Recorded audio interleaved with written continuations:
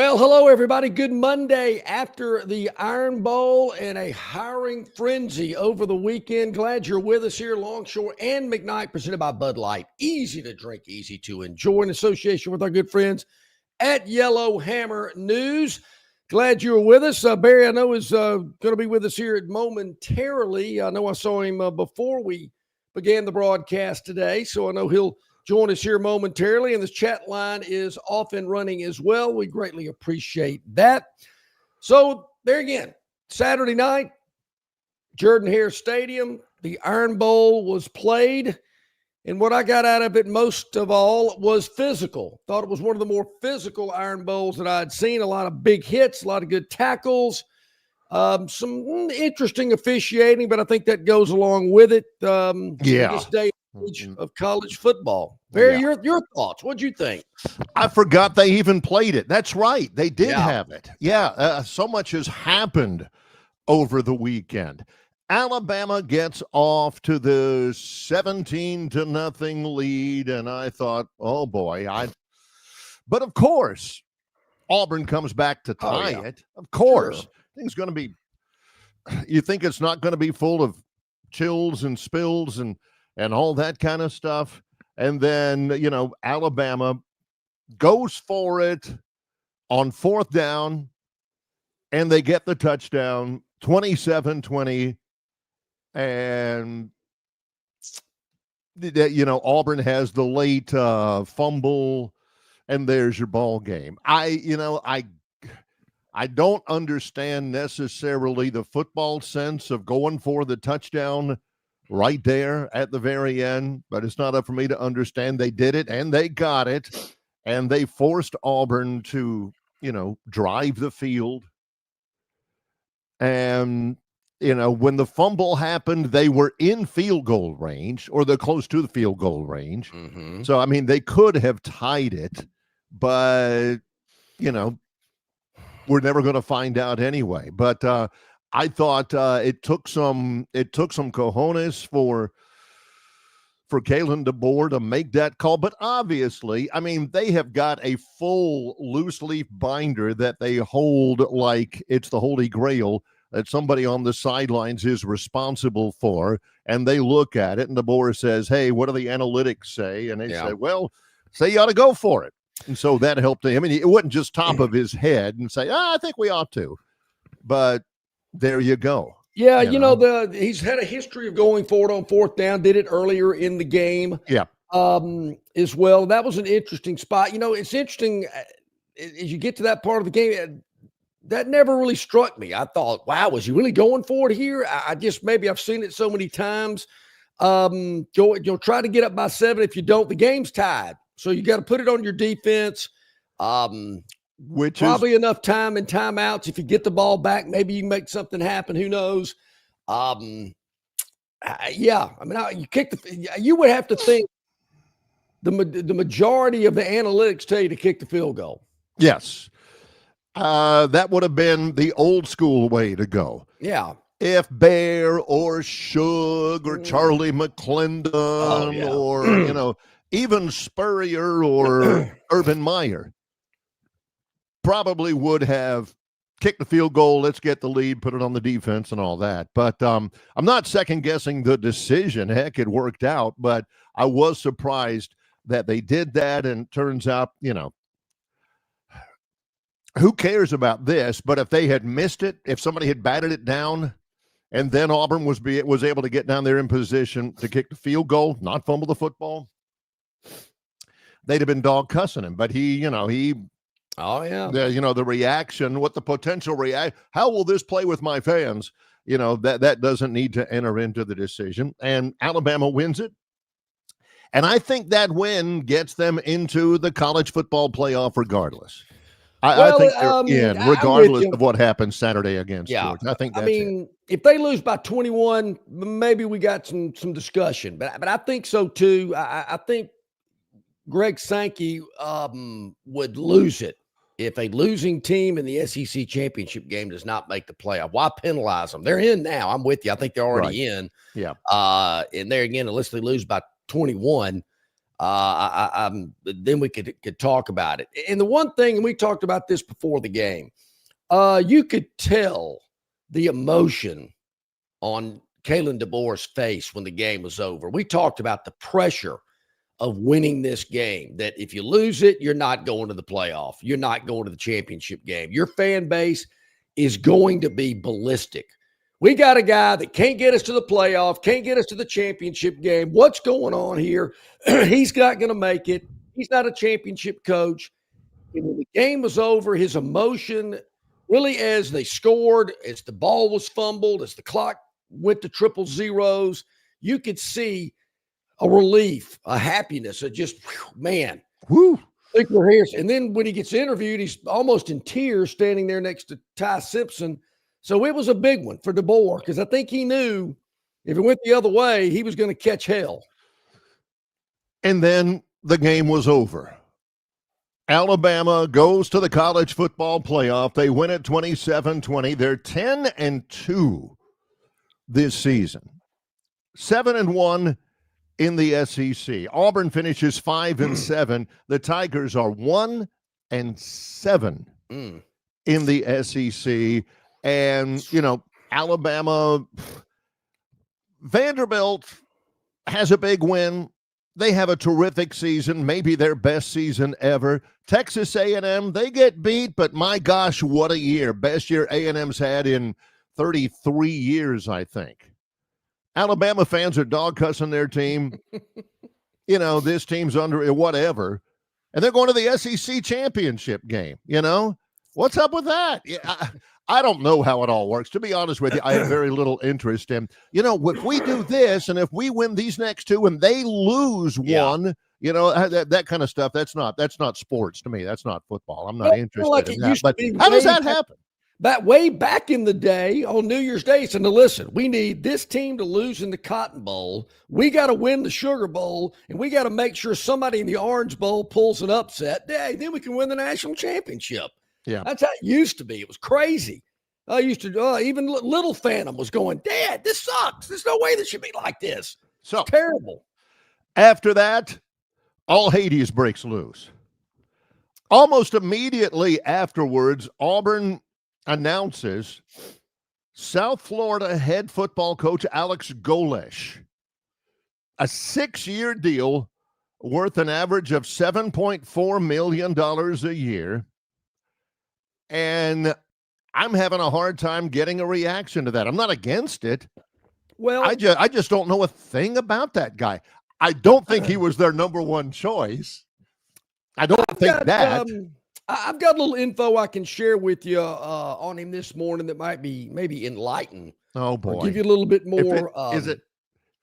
Is it coming from the executive river region? Does it really matter where it comes from as long as to kind of know the slant of it? Would it make it better if I told you I dug up this information? It would make it a little bit less believable. Oh, but, yeah. All right, so here's my first question, Barry, and we can still talk about the game. Believe me, Luke and Bill's at the bottom of the hour. We're going to talk to him about all this as well. Yes. I want to know what happened with John Summerall. I mean, look, I don't have any insiders in the Auburn football building, but the winds were telling us the general feeling was John Summerall was the number one candidate for Auburn. I said, man, I think he'd be, I've said it publicly many times. I said, this is the guy Alabama fans don't want you to hire. I just felt like he was the best fit, has the edge that they're talking about. He's been successful, knows the South. He knows what Auburn wants. You know, the whole deal. I said, man, this is a guy that I think would be a really good fit. What happened? What broke down between John Cohen and John Summerall? I don't know. I really don't. Whatever happened, it wasn't like extremely recently. It was earlier in the week. Maybe, and believe me, we're going to get to Lane Kiffin. We got a lot to get to today. Everybody be patient.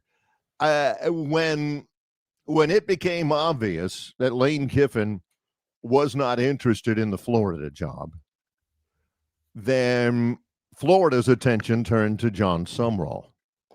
Now, is the Florida job a better job than the Auburn job is?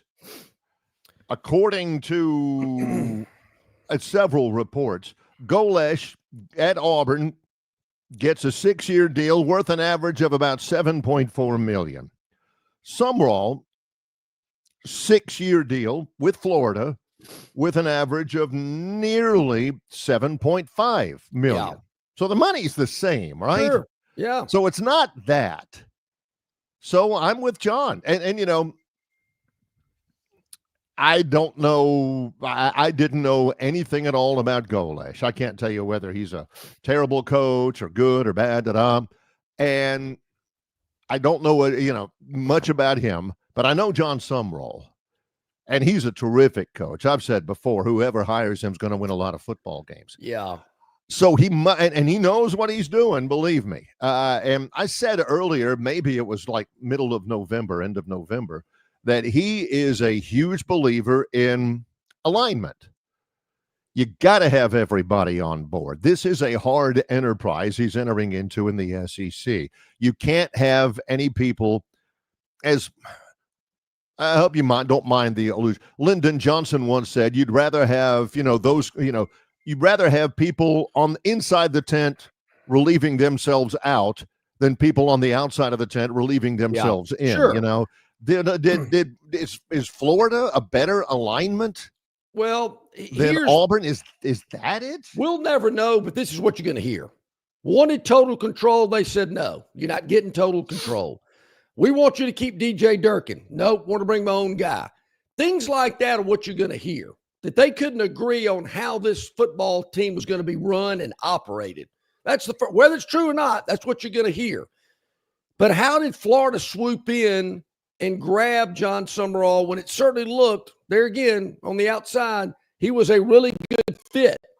I mean, I can't believe Auburn couldn't match what Florida was doing.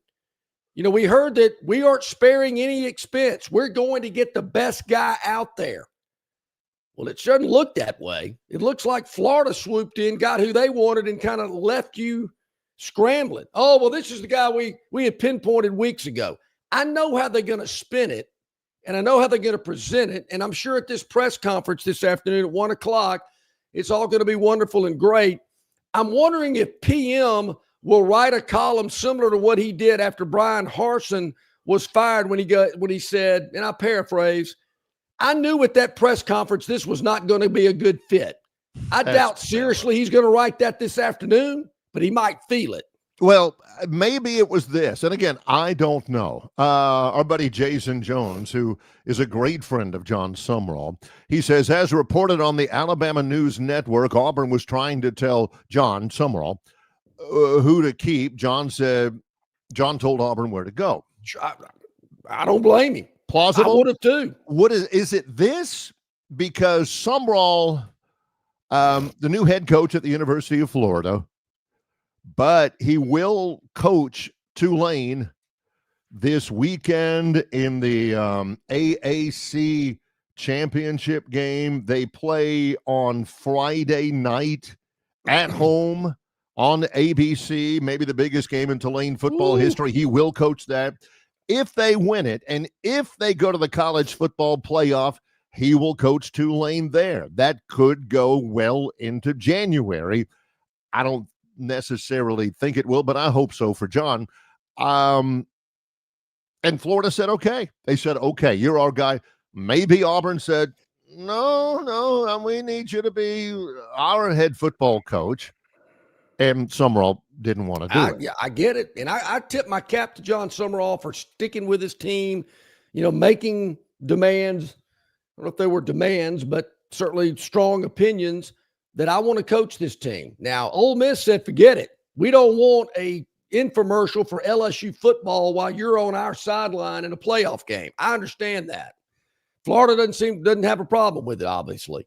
But I commend Sumrall for wanting to stick with his players and do everything he can. Now, if Florida had said, no, we're not going to let you do that. Would Sumrall have said, okay, I'll come anyway? I don't know. But I like the fact that he's going to be able to coach these kids for as long as they win. They're not high and dry like those kids at Ole Miss are. Kicked to the curb like, yeah, love you, but I'm out. Terrible look for college football and for Lane Kiffin, to say the least. Yep. Yeah. As we said, Curtis says there's more information out there on Auburn than John Summerall than what you guys are letting out. Curtis, we're 10 minutes into the show. Give us some time, man. We've got an Iron Bowl, we've got coaching changes and stuff. Give us a moment. Yeah. Give us a moment. We've got thoughts. Pace ourselves, Curtis. Yeah. Got to pace yourself. Yeah. All right, when we come back, we're going to talk a little bit. Well, not a little, a lot, I'm sure, about Auburn's new head coach. He'll be officially announced later today, and we'll give you some insight on that. As I mentioned, Tom Luginbill, ESPN college football analyst, will join us at the bottom of this hour. A lot of big news to share with Luginbill today. Whew, plenty to get to on the program today. We're underway. Monday show. He's John Longshore. I'm Barry McKnight. It's Longshore and McKnight in association with Yellowhammer News, presented by Bud Light.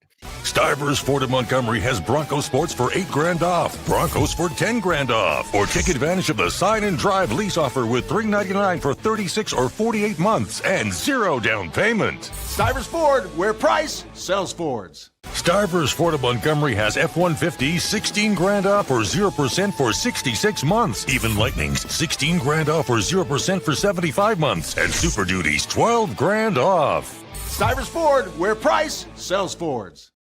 Hey, where's the beer guy? Bud Light here? You get a Bud Light? Bud Light? I'm here, Bud Light. Bud Light here? Bud Light here. Bud Light here? Bud Light where? Bud Light here? Oh, Bud Light there. I missed that because of you. You did not miss that play because of me. Tough to stop talking this way? Yeah. It's actually kind of fun.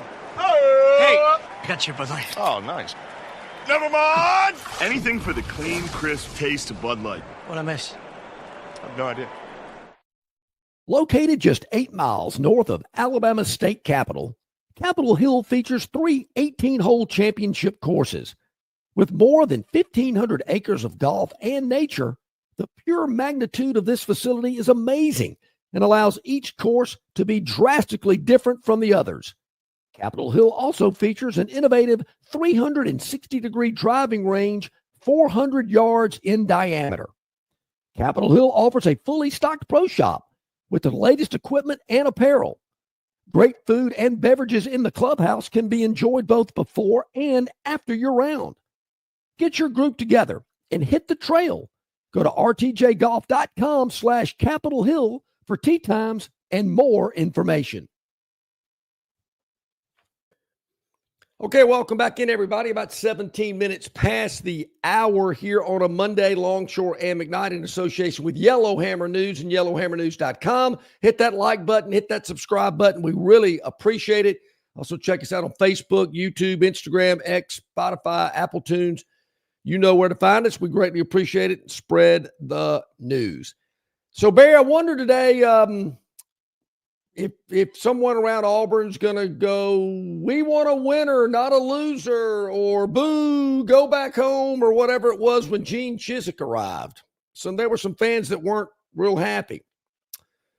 Trying to test the Auburn fan base, get the temperature in the room. I kind of get the sense it's kind of a wait and see about what this is going to pan out and how it's going to play out. But I thought these numbers were pretty startling. And this is from our friend Kevin Skarbinski, who was a longtime writer with the Birmingham News, Birmingham Post-Herald. Does a lot on social media these days. Alex Golesh, 3 years at South Florida, finished 5th, 6th, and 4th in the American with one of the largest budgets in the league. Went 2-4 against ranked opponents, lost to UAB and Trent Dilfer 56-35 in their first meeting. 14-10 record in the American Conference versus team that finished the season with a winning record, 1-7. Versus team that finished the season with a losing record, 12-3. Versus teams that finished the season with a 500 record, 1-0. Also, 3 years, 0 conference championships. John Summerall, 4 years as a head coach, 4 conference championships. So the numbers don't look great. I know this guy's an offensive guy, puts up a lot of points, has an edge to him. Sometimes if he doesn't like the opposing team's coach, he won't even shake their hand at midfield when the game's over. I got to tell you, Barry, this one stumps me. I did not see this one coming. I know he coached at Tennessee, was the offensive coordinator for a while, but I don't get this hire.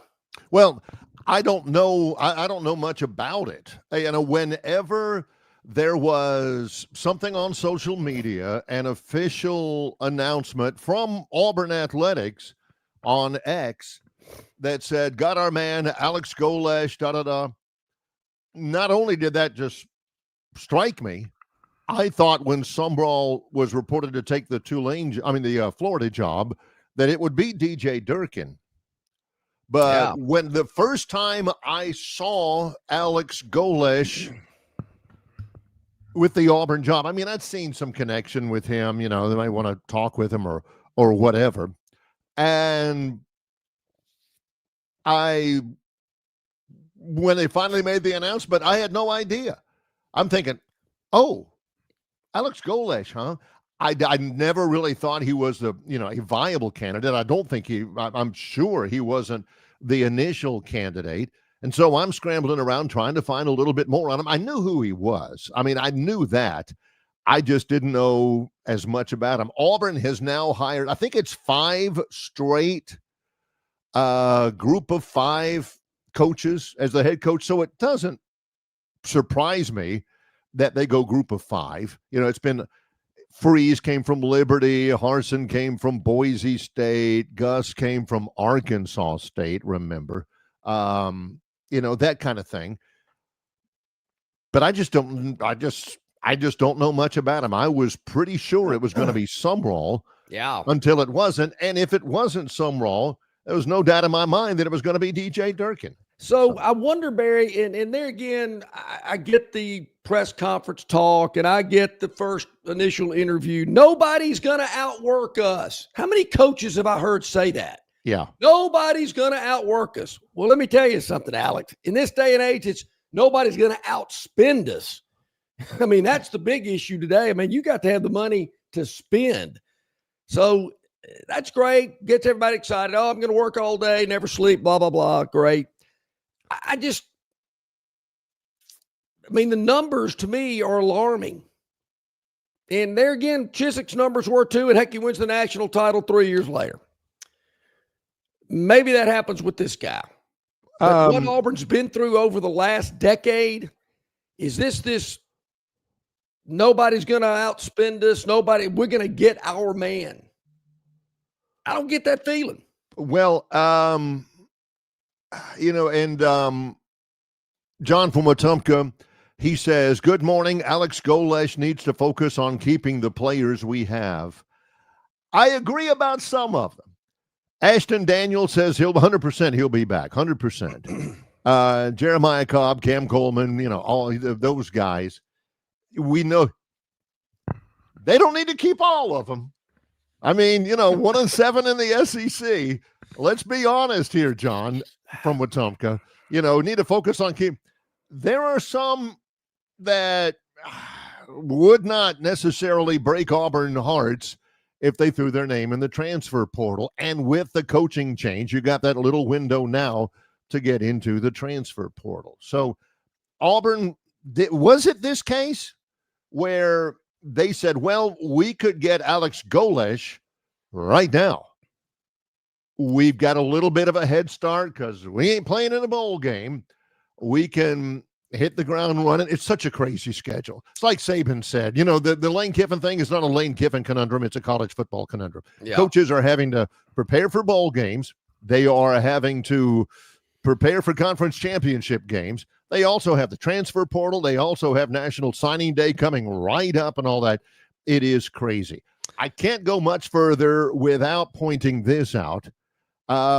I will be busy on Friday. I'm going to be on the show. I'm not going to miss a show this week. Look at this guy. I'm not going to miss a show this week, but on Friday, I'll be coming to you live from Harrisonburg, Virginia. The Troy Trojans as a 6.5-point underdog. Can I say that as the voice of the Trojans? A 6.5-point underdog go to Southern Miss and beat the Golden Eagles 28-18. Troy is the Sun Belt Conference Western Division champions, and they'll play against James Madison, who is 11-1. They are 8-0 in the league. They are number 20 in the country, and they're about a 3-touchdown favorite, but the Trojans have a chance. Big shout out to Jared Parker and the Troy Trojans for what they've been able to accomplish with quite a few pieces of adversity that they've had to deal with. Saw some of that game, Barry. I'm with you. Great win for the Trojans in Hattiesburg to get them into the Sun Belt Conference Championship game. Hey, you never know what happens. That's why you got to play. You got to play the game. And looking forward to that one on Friday. That'll be a good one. Yes. Troy at James Madison on ESPN, 6 p.m., but you'll want to listen to the broadcast and the voice of the Trojans, Barry McKnight, give you all of the scoop on that. So what happened to DJ Durkin? I mean, there was some buzz for him before the Iron Bowl. Well, if we don't get some wrong, DJ Durkin's our guy. He's building a house in Auburn. He loves Auburn. He wants to stay. Wow. How do you think he feels today? Well, no, I imagine he knew something that was going on. What would have happened, John? I'm just painting a scenario. I'm not willing it to happen. What would have happened if DeBoer would have gone for it on 4th down inside the 5? Somebody knocks it down. Auburn gets it at right there and drives down the field. Late field goal, win it. Place goes crazy. Durkin runs through the crowd, hands up in the air. And then right after the game, Auburn announces Alex Golesh. And all the Auburn fans are going, what? Who? What? Yeah. Imagine if that had happened. Well, we're going to talk to Tom Luganbill about that and everything else that happened over the long Thanksgiving holiday weekend. A lot of big football games. It was rivalry weekend, some great rivalry games. A lot of coaching moves yesterday we're going to get to and look ahead to the conference championship games. All right, Barry, we've been doing this a long time, and one of our really long-time loyal sponsors, Marguerite's Exquisite Jewelry, has come up with something each and every Christmas. Lyle, I don't know how he does it, Barry, but it's the $99 Christmas special. They've done it for years and years. It's like we said, it's one of the things that makes the river region every year. You've got parades, you've got candle lightings, you've got midnight services, you've got all of these things. And one of the great things about the Christmas season in Central Alabama, every year, people, John, they're always looking for, I wonder what the Marguerite's $99 special is. Well, I wonder that too. What I wonder more than anything else is how Lyle can keep doing that. Well, he does it. He's been doing it for almost 30 years, Barry. The $99 Christmas special. Today's December 1st. So listen up and make sure you take advantage of this. Unbelievable, Barry. Half-carat diamond studs. Half-carat diamond studs, $99. Yes, you heard me right. How in the world? Half-carat diamond studs, $99. Limit 3. There's a 3 purchase limit. $99. That is the Christmas special at Marguerite's Exquisite Jewelry in Pepper Tree on Vaughn Road. Go by and see them today. Tell them you heard it from John and Barry. But that is this year's Christmas special at Marguerite's Exquisite Jewelry. $99, half-carat diamond studs. Limit of 3 per purchase at Marguerite's Exquisite Jewelry, where they make it. They really make it. And imagine, I've done this many times during the holiday season. Zip into Marguerite's. They'll have it bagged up. They'll have it wrapped, bagged up, waiting for you in and out, maybe 8 minutes. I think one time I got in 7 and out in 7, and your Christmas shopping for that loved one on your list is done. Hey, I see Lugs in the green room. He's giving me the 3. He wants the 3. He says, get me 3 right now. Send them up here to me. Tom Luganbill's coming up. It's Longshore and McKnight in association with Yellowhammer News, presented by Bud Light. Phoenix Physical Therapy is ready to help patients recover, recharge, and rise. They develop a customized therapy plan for each patient to get them back to enjoying their favorite activities. Their experienced team is committed to providing exceptional care in a professional environment. Whether you're looking to prevent or treat an injury, recover from a recent illness, or recuperate from surgery, schedule an appointment with our clinic and take advantage of our physical therapy, athletic training, workers' comp, and employer solutions service. Experience elevated physical therapy today. Call Phoenix Physical Therapy at 239-9316. That's 239-9316.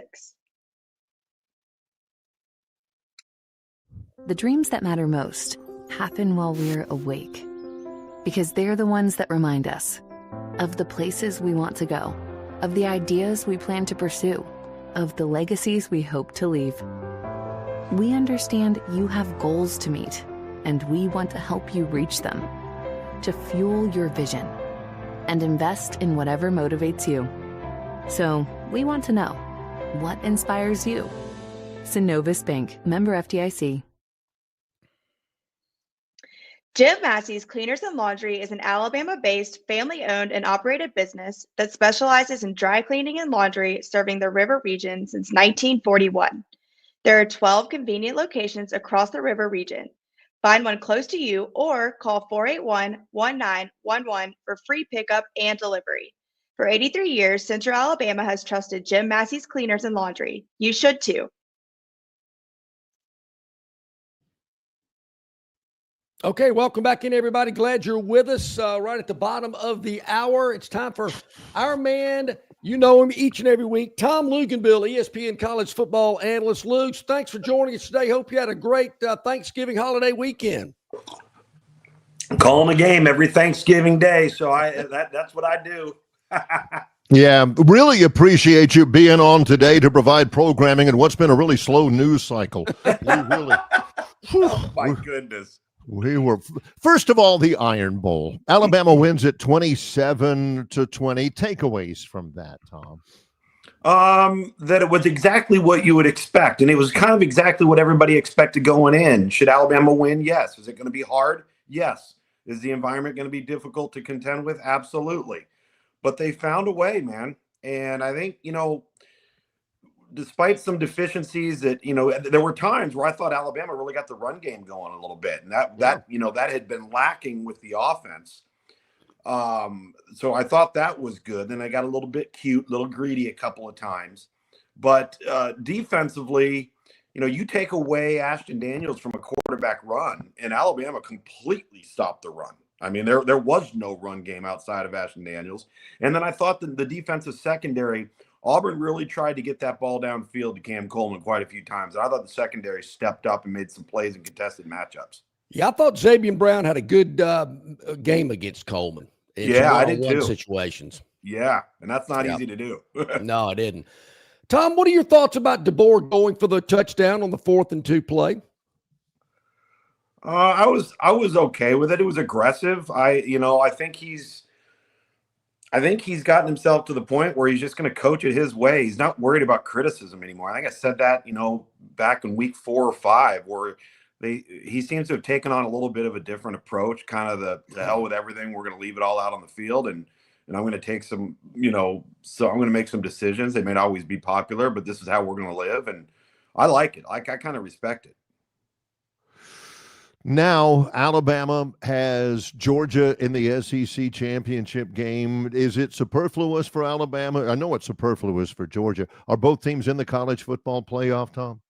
I would hope so, but, if you lose the game, and I think the committee's made it really, really clear that conference championship games don't matter. They're not going to punish you. They showed that last year with SMU and Clemson, right?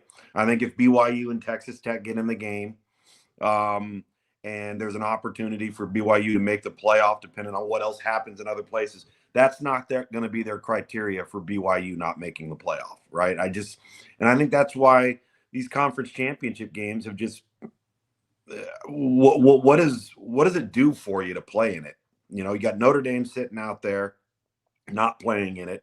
Right now, you've got Miami sitting there on the edge in the ACC, where the ACC completely threw up all over themselves over the weekend. And what is Miami going to do with that team? You got Vanderbilt destroying Tennessee. I think that the decision isn't going to be as clear cut as a 3-loss team and a 2-loss team. Okay, well, we're just going to take the 2-loss team instead. I don't think it'll be that clear cut. I agree. I mean, I've heard some of the situations. What if Georgia wins by 21? Is it a different conversation, or does no matter what the outcome, you think Bama gets in? Well, I also think that it's, you hear the old adage, it's hard to beat somebody twice, right? And I don't know if these two teams, I think Alabama would have to go out and absolutely lay an egg. There's not a 3 touchdown difference between these two teams. I just wouldn't see that happening. Tom, I'm going to ask you this one first because I think it has a trickle-down effect to a lot of other jobs. The Lane Kiffin thing, is it a seismic occurrence that will affect change in the college football calendar and the way we do things and the way we run college football? It seems to me that aside from the look of it all, which I think is terrible for Kiffin, it will either go really, really well for Kiffin at LSU, or it will be a spectacular flame out. Well, the thing that I think there's a couple of things here that have made this entire saga interesting is, LSU right now institutionally is a mess. I mean, they are that is a toxic environment, right? And so you're leaving a really healthy environment for one where you don't know what the alignment's going to be. You don't necessarily know who's going to be in charge, who's calling all the shots, and who's got their hands in the cookie jar, unless he has assurances in writing that nobody touches anything but me, which I'm assuming that he would have done because he has that at Ole Miss. Leverage.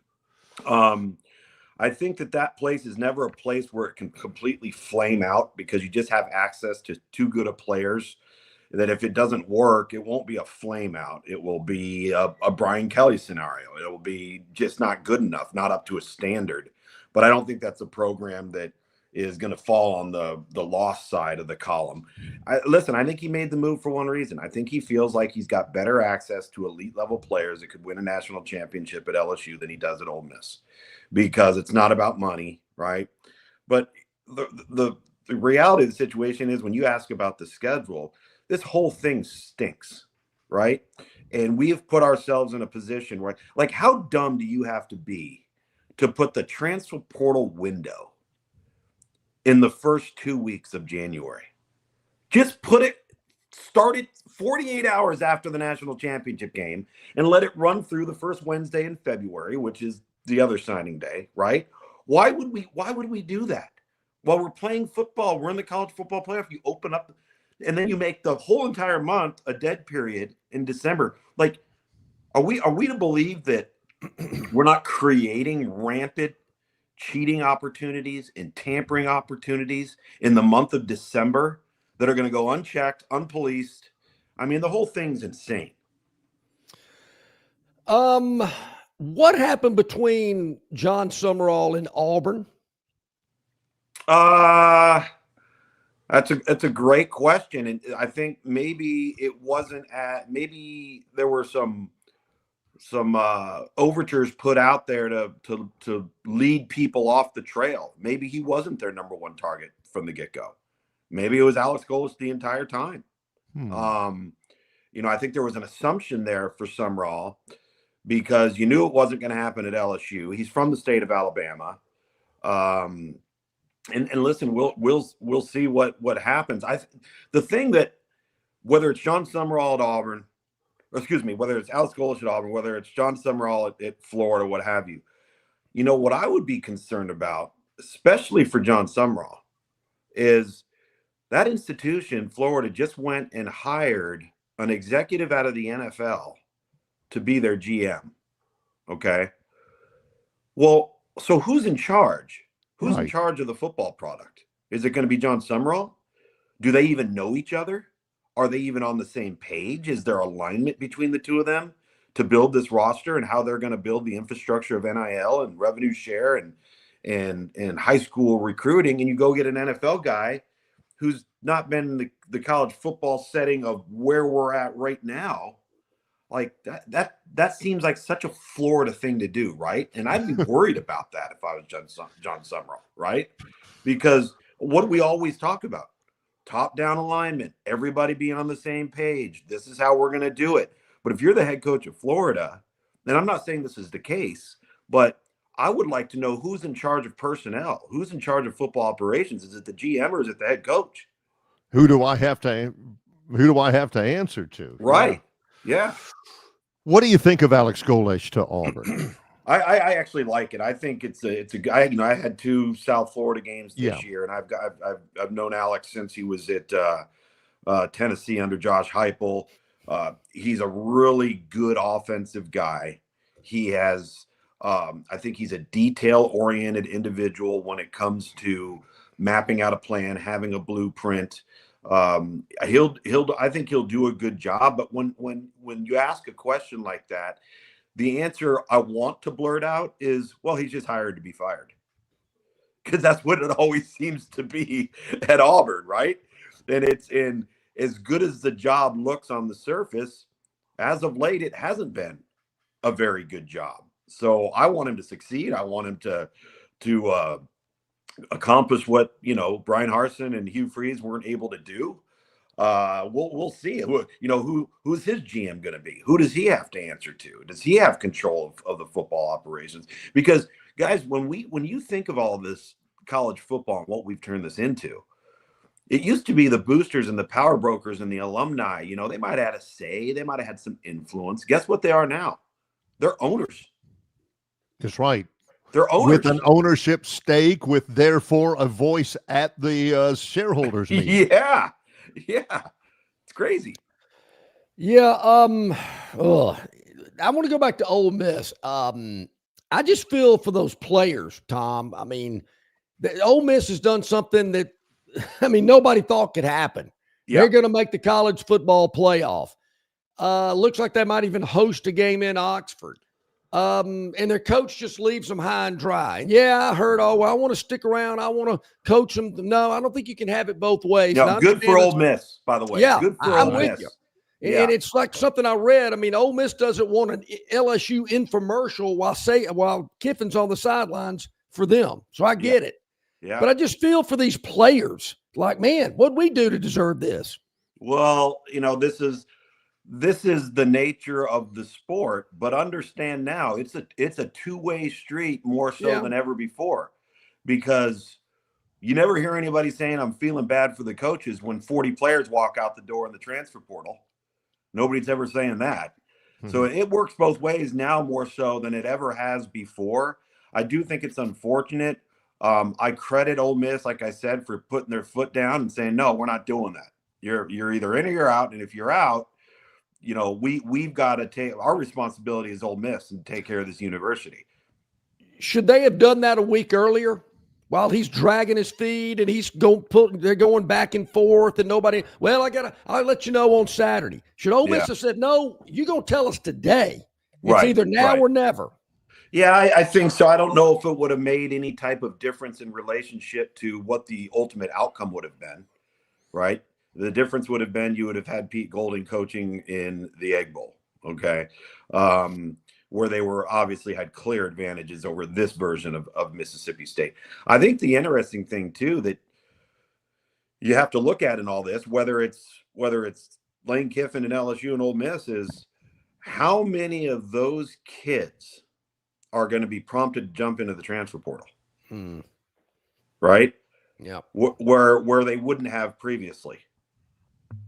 There's no way that's not occurring.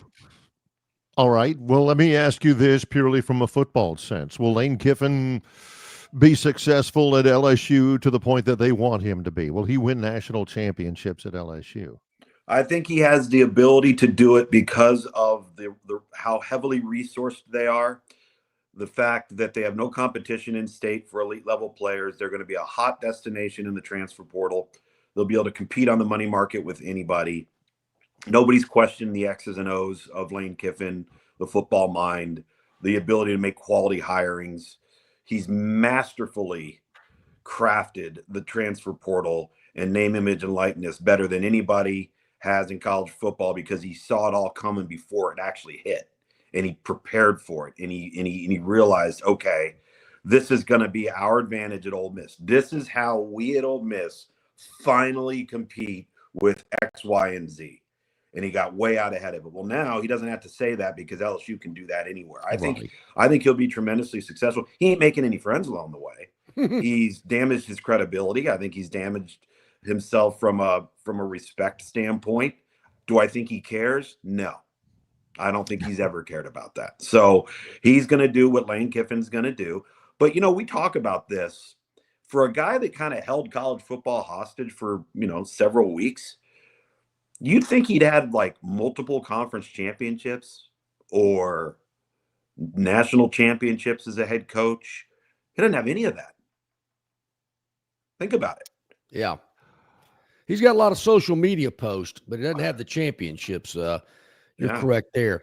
Tom, what's going to happen at Penn State, and now what's going to happen at Kentucky? Dude, Penn State's got to be waiting on an NFL guy. What are they doing? Like, how can they remain so silent in all of this? Because they were the one that made that choice. They are the team that could have gone out and gotten way ahead of any damage control with the dead period, secured the recruiting class, made sure they went into the transfer portal period in January, fully prepared and ahead of schedule. And they just kind of sat back quietly and allowed all the chaos and the noise coming out of Auburn and LSU and Ole Miss and Florida just dominate the landscape. So my inclination is they're targeting an NFL guy. Is that the offensive coordinator at Buffalo that was the quarterback's coach and the coordinator at LSU during their 2019 run? Yeah. It's crazy to me. I don't know who it is. Who's the other team you just mentioned? Kentucky. Listen, I think Will Stein, the offensive coordinator at Oregon, could be an option there. The problem is how attractive is the job in today's landscape? The improvements and the progress that Kentucky made under Mark Stoops' leadership was sensational. And the university went in and they built them a brand new facility and brand new practice stuff, and they revamped the stadium. They did all of that. But then this era hit. And this era has kind of retarded some of that progress because they're only willing to go in so far, right? And so how attractive is that to somebody? Now, if you're going to talk about a group of five guy that would love to have an SEC job, and if he has it for 4 or 5 years and they fire him, so what? He's going to be wealthy. That might be what we're looking at here. Oh, I see on your screen Neil Brown to Kentucky. Yeah. What do you think? What do you think? Huh? Yeah, potentially. That's a Troy buddy of mine, Joe Judkins. I'm going to be at James Madison on Friday. Troy is going up there to play for the Sun Belt Conference Championship. Haven't seen James Madison. I know they're a heavy favorite, and I'm not willing to acknowledge that they may win the game. But whoever the group of 5 representative is, will they have enough juice to edge out the winner of Duke and Virginia in the ACC championship game to the playoff? All right. Do you want me to paint a doomsday scenario? I do. The ACC commissioner Jim Phillips lying on his bathroom floor right now in the fetal position, sucking his thumb. We rely upon doomsday scenarios. Yes, we on do. this show. Remember, it's the top 5 automatic bids, not Power 4 bids. Okay. So what if Duke wins? All right. They're not ranked. Right. Tulane wins and JMU both win. You're not taking the ACC champ. At all. At all. Think about it. Because you got Miami sitting right up there. They have to take an automatic champion, not the Power 4 conference champion. So that scenario is real. Boy, no kidding. Think about that for a moment. I don't. Ooh, yeah, that would. How's that for your Monday morning? What do you think about Indiana, Ohio State Saturday night? Are we going to see if Indiana's for real? Absolutely, we are. Now, listen, I thought, first of all, what a performance by Ohio State. Just a completely dominant performance. But, guys, I don't think the Big Ten's very good, right? I mean, we look at some of the Maryland, Rutgers, Northwestern, Illinois faltered this year. Nebraska's average, right? UCLA stinks. SC showed improvement. But when you look at this schedule, I think this is going to be a heck of a football game because those two teams are so clear and far ahead of everybody else in that conference outside of Oregon, I don't know how it can't be a great game.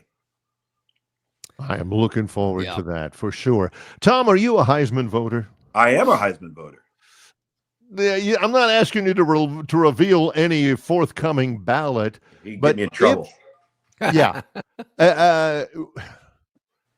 Is there an SEC candidate that you think is a viable Heisman Trophy contender? Right now, no. I don't think so. I don't think so. Okay. If Alabama offensively and Ty Simpson hadn't had a couple of hiccups and some ups and downs, I'd probably say Ty Simpson. But I'll tell you right now, I don't think it has to be a quarterback.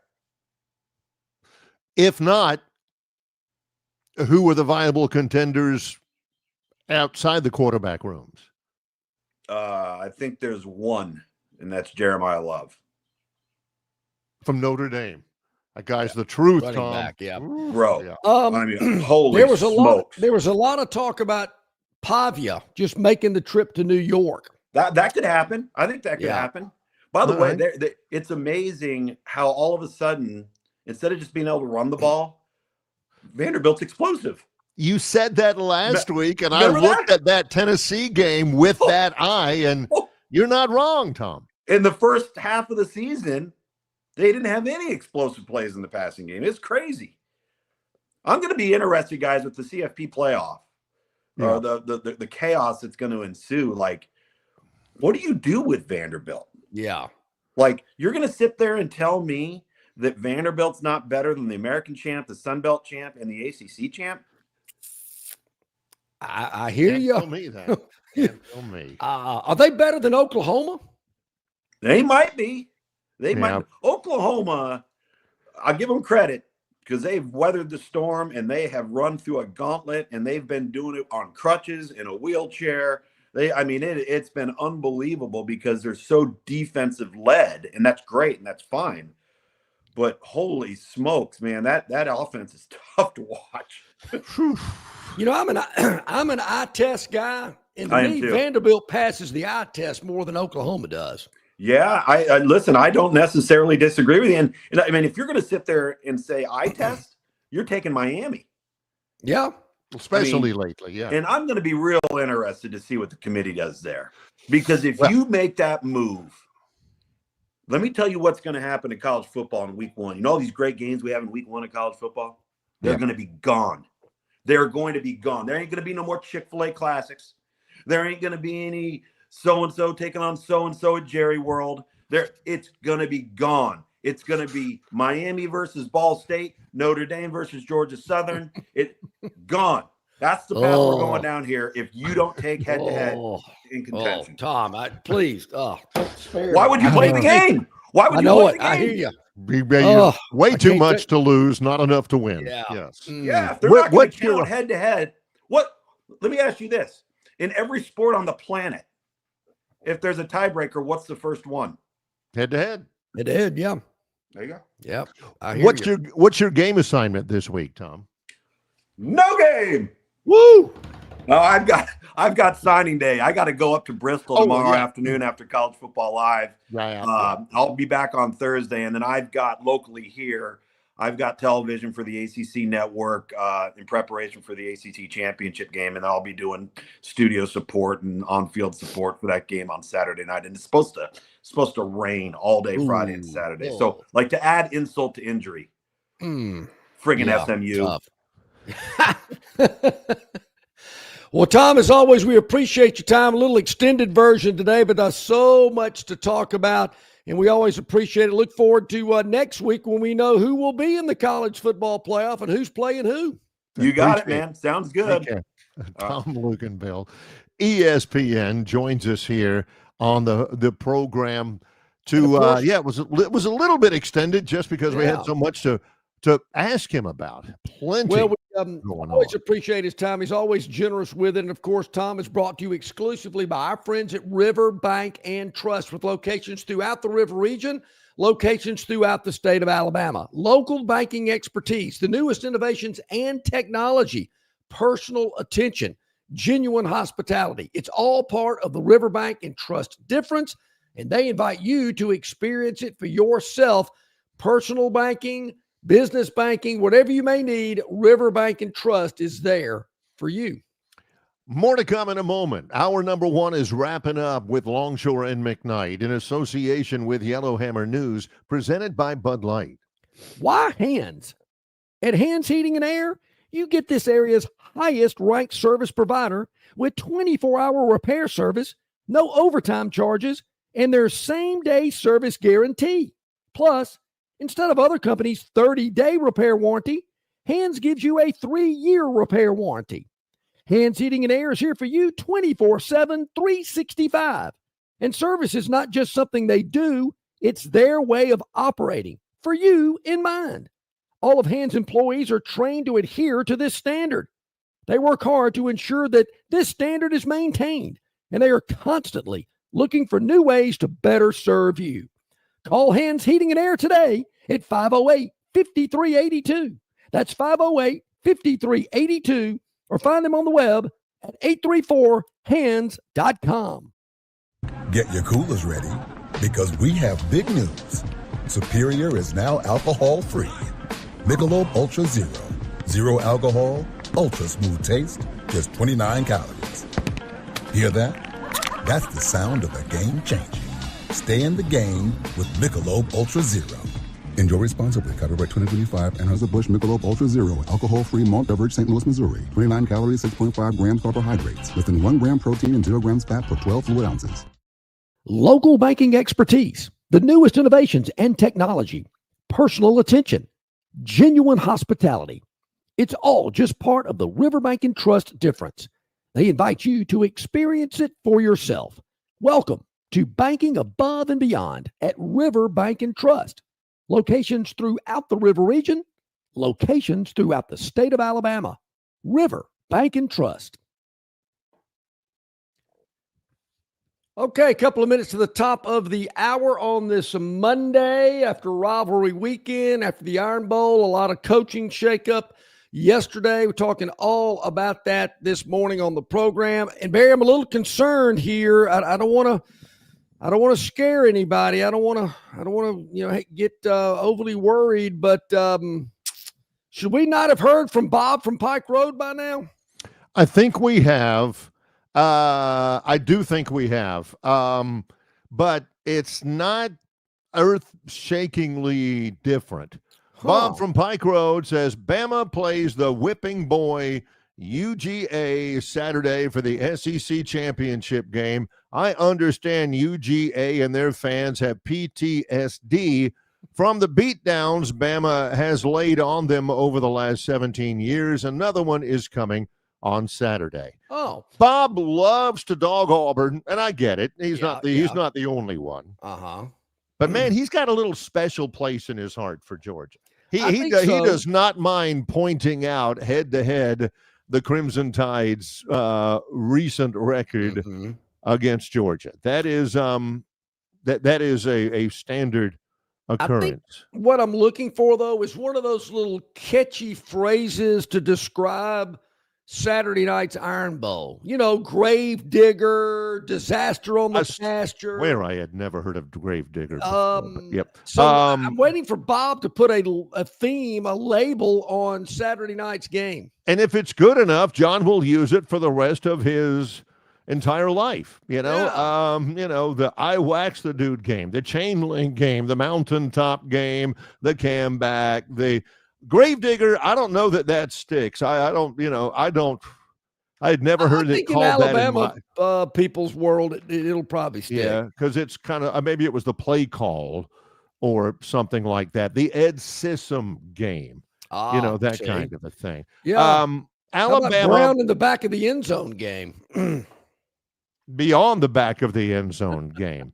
Alabama has won 3 in a row against Georgia. Georgia won in Indianapolis in 2022 for the national championship. That was the one where you could read Saban's lips after he shook Kirby's hand and congratulated him at midfield. He said, "You kicked our in the fourth quarter." That's all. Yeah. But other than that, I mean, it has been all Alabama. And Alabama's done that to a lot of people. It's not that. But the funny thing is, the interesting thing, the odd thing, it's not very funny, is that Georgia has been absolutely just ripping up everybody else on their schedule. Everybody else. Georgia has been the dominant team in the SEC, but they can't beat Alabama. It's crazy. Bob from Pike Road also says this right now. Write it down and remember.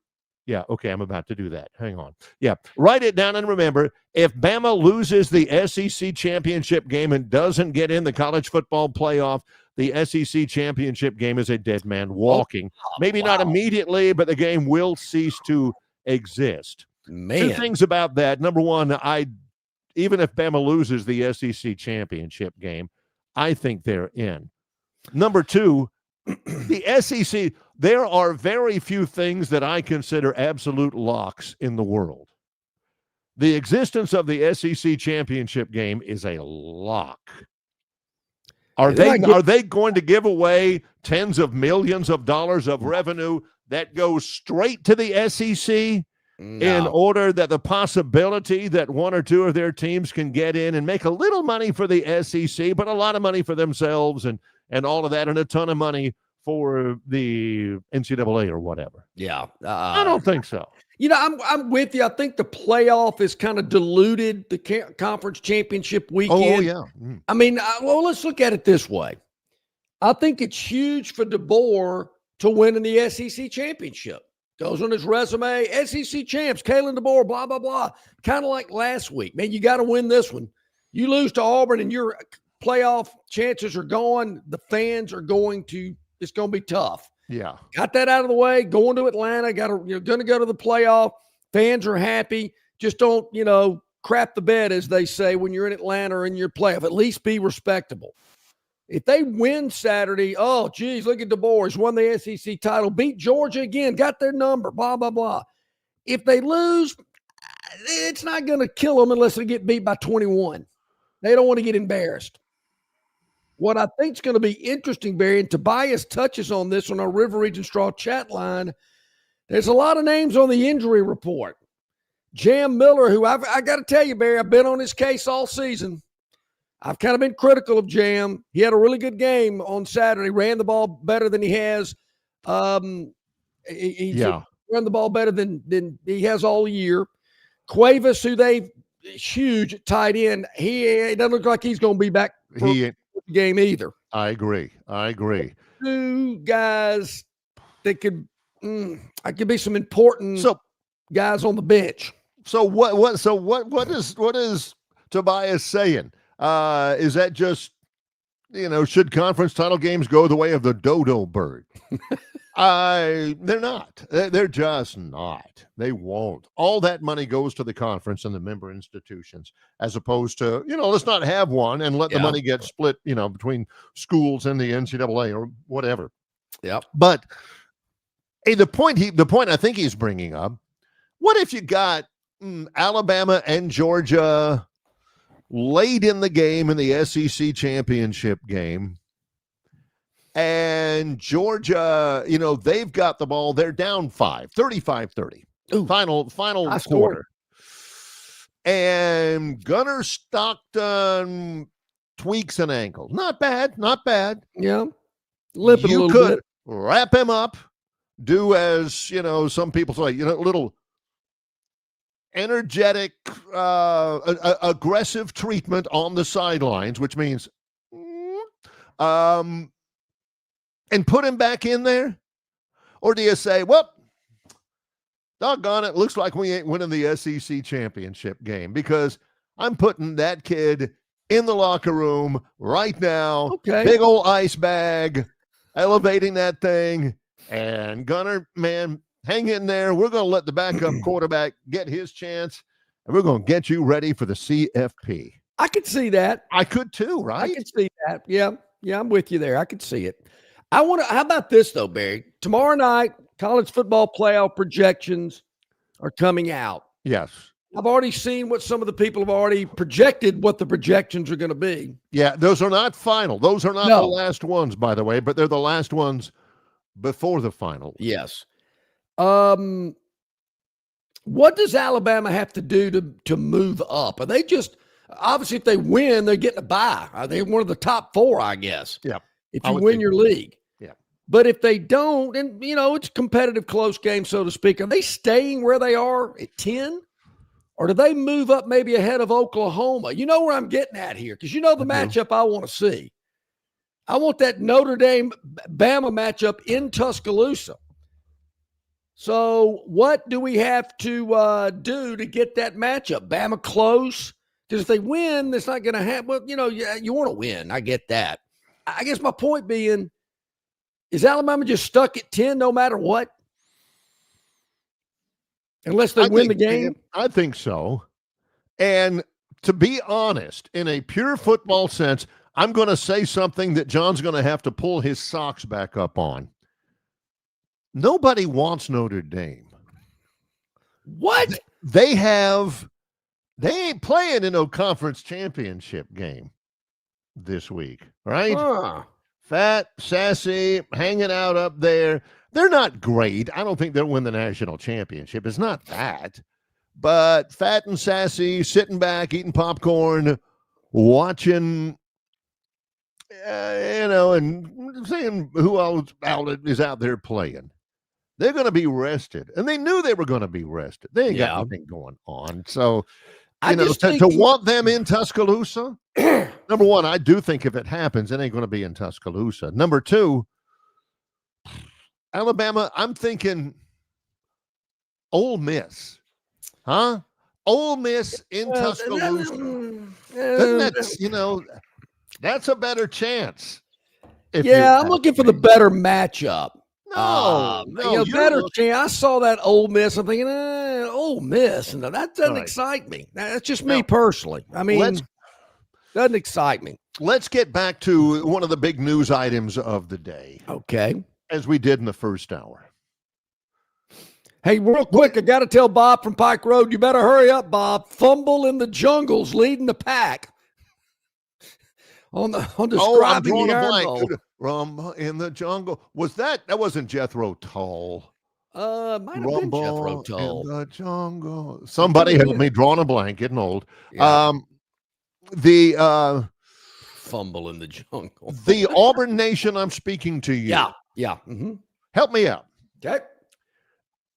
I should have known better. I'm getting older. I've been around the world a few times. I've seen some things. I took it for granted.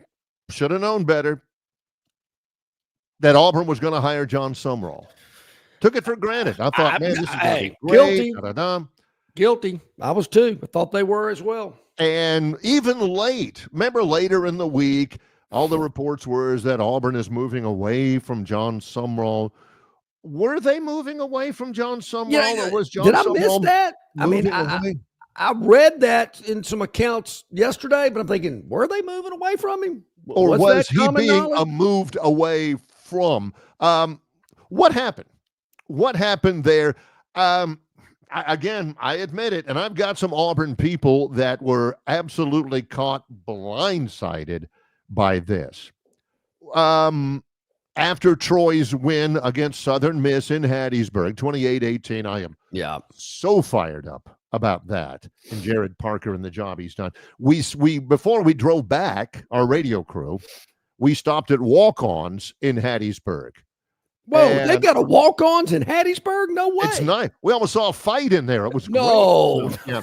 Anyway, who was it, between Southern Miss and Troy fans? It was two guys at the bar. Oh, yeah. And one of them had been distinctly overserved. They had a female bouncer. Whoa. And she handled her business. Now, big shout out to the female bouncer at Walk-On's Bistro in Hattiesburg, Yeah. Mississippi. Anyway, away from the point. Yeah. And they flashed it up. We're there to watch the Iron Bowl before we go home. Mm-hmm. And at the bottom of it, it flashes Auburn hires Alex. Auburn, John Sumrall is out of that. And we started talking about that and everything because we're all Sumrall guys, Sure. And we think, well, if that's the case, it's got to be Durkin, right? And we're watching Durkin up there on the screen. He is coaching his behind off. I mean, the mechanics of coaching the game's going great. I mean, Auburn wasn't playing very well on offense. They were giving up too much ground on defense. So it wasn't a great thing, but I mean, he is coaching his head off in the Iron Bowl. And we all thought, we were talking about it, these guys know ball, and saying, no, it's got to be Durkin now. How's that going to go over? Yeah. This and that and all that. And yeah, I guess so. But the next day, I'm at church, and I never do this. Neither does my wife. We're sitting there at church, and my phone buzzes. Oh, yeah. And Bobby T, my pastor, I am sorry. I checked my phone, and it said it was a notification on my email from Auburn that Auburn has announced the hiring of Alex Golesh as a new head coach. And I'm thinking, whoa. Yeah. What? I know who he is. It's not like I'm ignorant. Who in the world is Alex Golesh? No, I know who he is. I know what he's done. I know his background. But I'm thinking, I had no idea this was on the verge of happening. And the timing of it, I thought that this was a 2, 3, 4 day period where they knew. Durkin knew. The staff knew. Everybody knew, because the next morning, boom, it was there like clockwork. The announcement was made. The press release was written. This seems like it had been in the hopper for a couple of days, John, and I had no idea, and neither did my Auburn friends. I don't know if I'm going that far. First of all, I don't know if they could have kept it quiet. If too many people knowing something like that, somebody's going to find out. I mean, you got to get a lot of people, got things in place, got to get the pilot ready, got to get that plane sent down there to Tampa. John Sumrall might be smarter than we thought. He's pretty smart.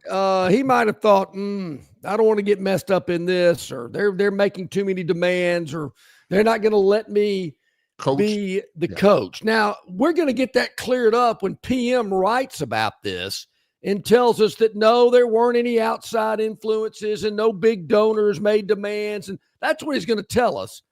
But I'm a little skeptical about that. But I got to tell you, Barry, I don't see a lot of Auburn people jumping up and down and doing backflips. Now, a year or two from now, maybe they will be. But I kind of think they're in a little shock. This is the guy we got. I thought we were a big boy. We can go get whoever we want. Florida, LSU, and Auburn, we're all in the same group. Yeah. It doesn't look that way to me. I mean, you're $100 million program. Act like it. Who knows? Maybe it'll work out, and Golesh will be, multiple national championship coach or whatever. I don't know. But it has been a muted thing. I'm thinking, okay, what do we know about Alex Golesh? We're going to be really interested in who he hires. He seems like he's bringing his director of operations or whatever from South Florida with him and all that. What are the Bama fans going to call him? Tater tot, wing nut, potato Gus, freeze warning. Yeah. All that. What are they going to call? Evidently, it is goulash, which doesn't do anything for me. Goulash is what the thing is. But what happened with Sumrall? Was Auburn not going to let him coach Tulane if they, in the conference championship game, in the playoff or whatever like that? Did they insist that he hire DJ Durkin? Did they insist on anything Are there agreements between Auburn and Golesh where, okay, Alex, we're going to give you a chance. You're going to be a head coach in the by gosh SEC. But you got to do this, and you got to do this, and you got to do this, and we want this guy on the staff and that guy, and you've got to do this and all that. And Golesh says, fine, I'll do whatever to have that job. I can certainly see that with Golesh. And look, you pay me this and put a bunch of incentives in it. And if I win 10 games or 12 games, I'll get another $1 million or $2 million. But yeah, I'm good with that. Sure. Yeah. I'll take it. Because the bottom line, you look at his resume, and we know what Lane Kiffin's done in Oxford, Mississippi the last 3 seasons. Had the best 3-year run that Ole Miss has ever had. Got him in the playoff. We know what John Summerall's done. Incredible job at Troy. Incredible job at Tulane. So we see those results and those high water marks. What has Golesh done? I mean, I just reeled off what Skarbinski posted yesterday, and those numbers are not great. And I'm thinking, what is it about this guy? I mean, because the resume doesn't look that great. Is there something that we don't know, or he knocked it out of the park in the interview and just won them all over? I don't know. I just don't know how you sell this to the Auburn family. Okay, yeah, I know he hadn't beat a lot of big-time name teams, and he hadn't won his conference and blah, blah, blah.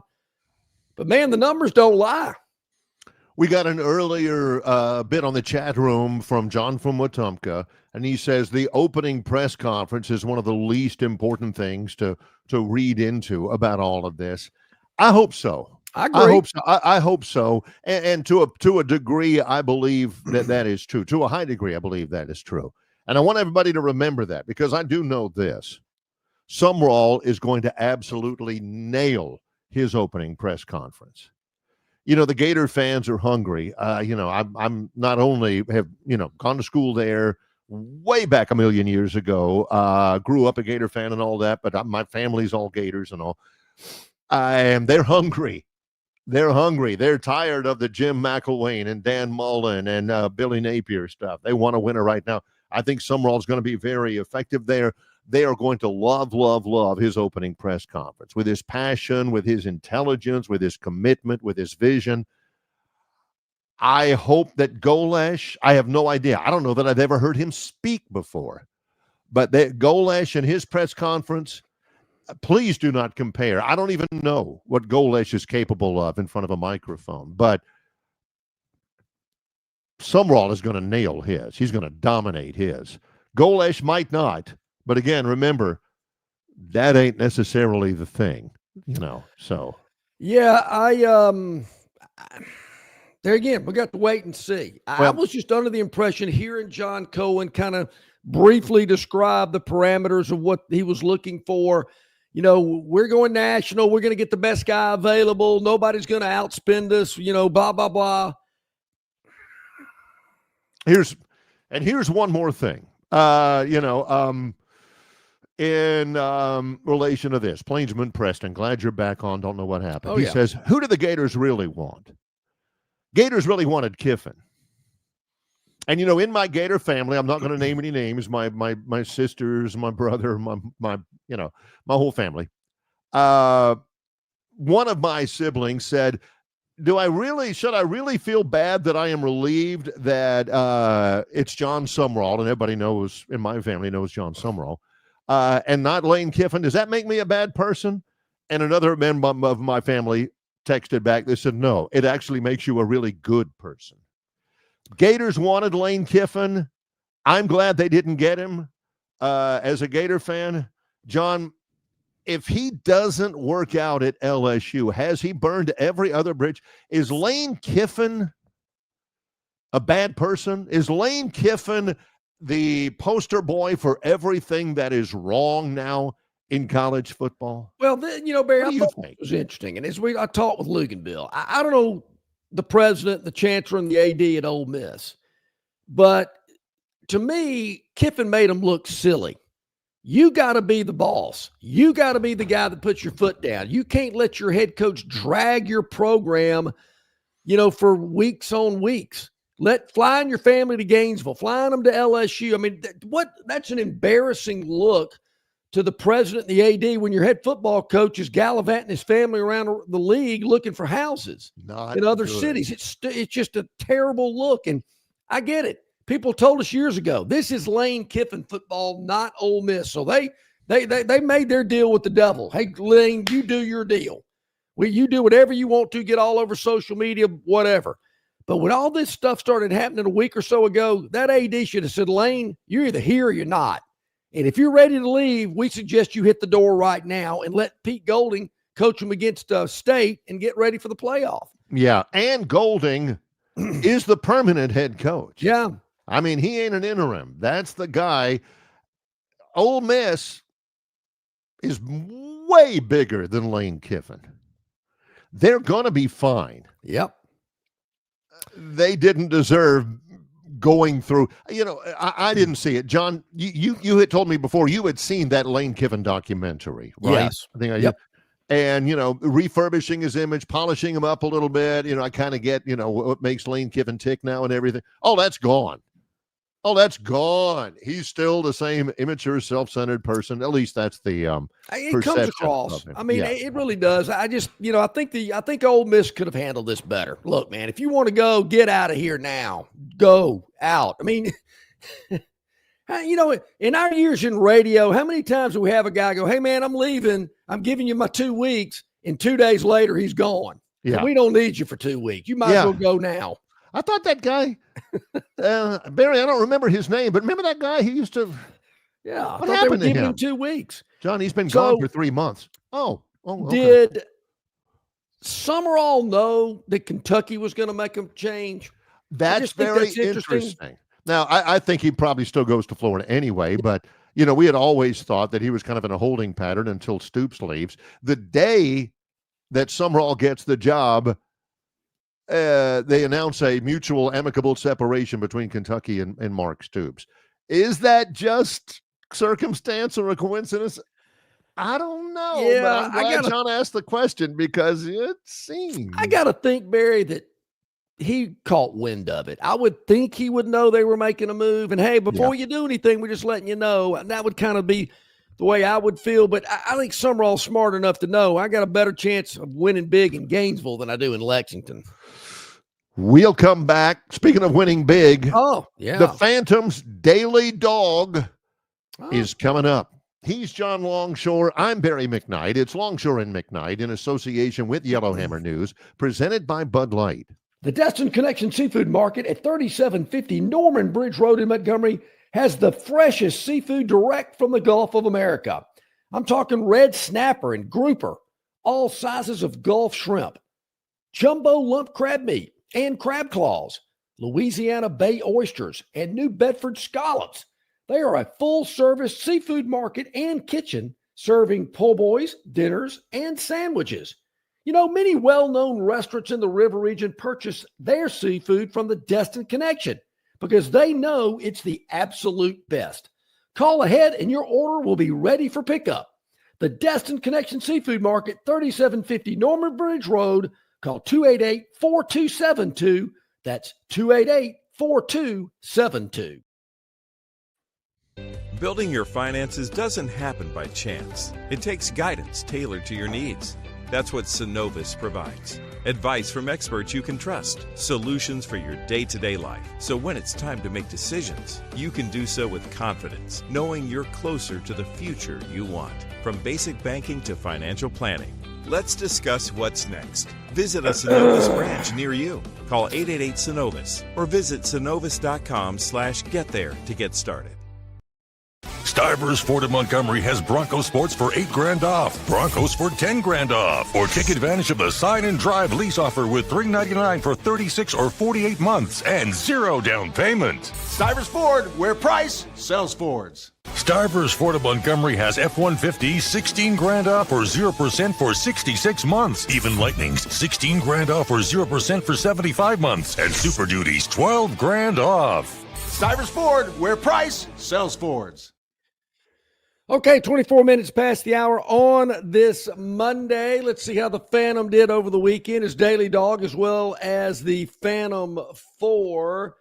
Let's see. What do we have? Oh, Friday. Yeah. Ooh, Mississippi State plus 7.5 hosting Ole Miss. That was close for a minute.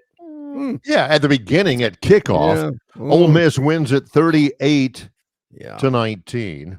Yeah, that's not enough. That isn't going to be enough. Yeah. So tonight, Barry. Yes. And I believe maybe tonight ends the streak of like 50 straight days of some type of football being played. I don't think we have a game tomorrow night. I think that's right. I thought it was earlier, but I think that's it. We do have NFL football.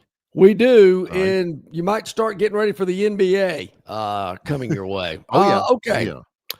Tonight, Barry, I believe the New England Patriots are playing the New York Giants. Yep, Patriots. In Foxborough, I believe. The Patriots are 10-2. Yep. The Giants are 2-10. 2-10.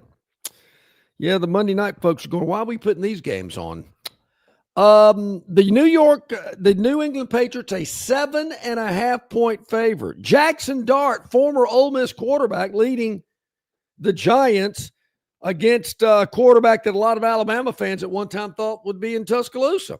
That's Drake May. Drake May, who has been he may be the MVP of the league. Well, maybe. We'll see how tonight goes. But, we like a dog, and we like that hook at 7.5. We're taking the New York Giants on the road. Excuse me. In New England, we like the Giants plus 7.5 at New England. That is the Phantom's Daily Dog for Monday. Now, I want to get some credit on this real quick. I want to get some credit on this. Last night, I watched a little bit of Broncos Commanders on Sunday Night Football until I looked over at my wife, who was working on something, and I said, I don't give two toots about this game. What am I watching it for? And I flipped it off. I want to get some credit because I watched that game, even though right at the beginning, I'm sitting there looking at it, watching it, not a care in the world. I'm so, happy for Troy's win. Nobody's going to ruin my weekend. Football night in America, Tirico, Collinsworth, whole deal. What they do with each team's opening possession is they go over, and Mike Tirico will say, that is a first down run for the Broncos and their offense. And then they show all the stuff on there, hey, I'm such and such and so, Slippery Rock, so-and-so and such and such, Capitol Heights, or whatever. They opened that thing up, and they said, Bo Nix, Oregon. Ooh. And I said, you have got to be kidding me. Yeah, an Auburn degree, 3 years, maybe 4, at Auburn, and he opens up in front of the national TV audience, Broncos offense. Bo Nix, Oregon. I still watched college career. I didn't flip it away. I still watched for a little while. Then I thought, no. Does Auburn recognize Bo Nix as an Auburn quarterback? I don't see a lot of stuff about Bo Nix associated with Auburn. I'm just asking. He's been there. I want to say he was there when Eli had that fake toilet papering of Toomer's Corner. Oh, yeah, the setting the world record. He's been there a couple of other times, I think. And anyway. Yeah. Is it like Jalen Hurts? Does he say Oklahoma when does his thing? He says he'll say like roll boomer or something like that. Yeah, something like that. I don't know why he couldn't do 2 schools. Is there a rule against that?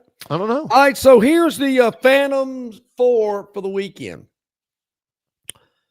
There was a little throat clearing and looking the other way when the Phantom dropped Texas, catching 2.5 in a game. We said they could win outright, and they did. They did. Hook 'em horns. Texas wins against Texas A&M 27-17. How do you think A&M fans feel? Never been to the championship game, on the verge of winning a conference title.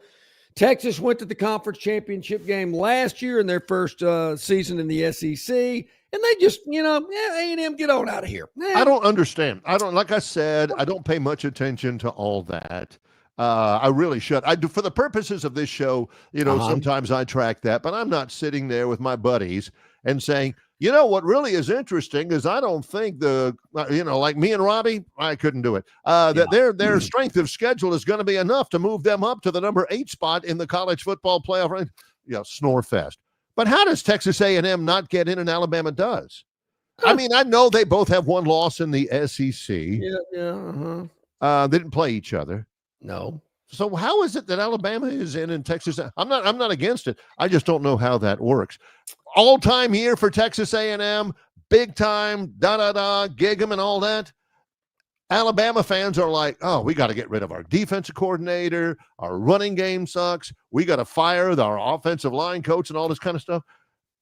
And they're still going to the SEC championship. Yeah, I mean, I'm trying to think of the tiebreakers there, Barry. Is it because Texas had 3 losses? I mean, I don't know. I mean, now that you bring that up, I'm thinking, how did A&M edge out Alabama? I'm sure somebody will tell us, and I'll go, oh, yeah, okay, that makes sense. That makes sense. Yeah, I'm not against it. I'm thinking, well, Alabama lost to Oklahoma. Texas A&M lost to Texas. They lost to Oklahoma at home. I don't know. I never really thought about it until you bring it up right now. I don't ever really pay a lot of attention to that stuff, but yeah. Tell us what the tiebreaker was there. That's interesting. All right, so the next game we had, this was tough. This is bad, just bad.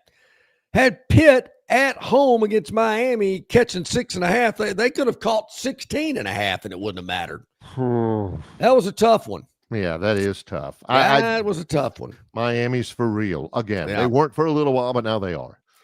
How are they not in the ACC title game? That's another one. Yeah, that's another one. I mean, they will make the college football playoff as an at-large. Yeah. Before the, by gosh, ACC champion will make it in, which is fine for Miami. I bet they're sitting back like Alabama did when it was it in 2018 or whatever, and say, hey, good luck with that little ACC championship thing. We're getting guys healed. We're taking a little time off and all that. Yeah. I don't get that one either. You're right. That one's, I got to do a little digging about that today. Duke and Virginia. What do you think the attendance will be there at Bank of America Stadium? Saturday, all of the and going up against the Big Ten game, the kickoff times are the same, 7 o'clock. Not good. Well, I mean, to be honest, it hasn't been great when it's been Miami in there or Pitt in there. So it ain't never been great, but this is going to be like really not great. So our next game, Bear, we had over 64 in the Vandy, Tennessee game. Yeah. No sweat. Oh, yeah. Vandy, it ends up being 69. Yeah. Vandy, I think they outscored Tennessee 24-3 in the second half in Knoxville. Have you been getting texts from CJ who said, hey, I'm available, guys. You want to? I said, I was CJ, it's Saturday night. It's 11 o'clock. Leave us alone. We'll get you on Wednesday, I was thinking a lot about him Saturday. I know he had a good time. I know that was big for him. Yeah. And I'm with you. I mean, why is Oklahoma getting in the playoff?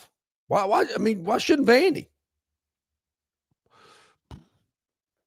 Strength of schedule? I'm guessing. I really am. I don't know. I really don't. And to me, I mean, I could sit there and think, well, strength of schedule, let me look up how they did head-to-head against so-and-so. And I mean, it takes away from the joy for me. I like watching football. That's why I never get a little caught up in guys like Gene Wojciechowski or something say, the Cowboys have $14 million in salary cap that they can play with, which might get them a third-round pick. And I'm thinking, shut up. I don't even care. I mean, let's play the games. Yeah.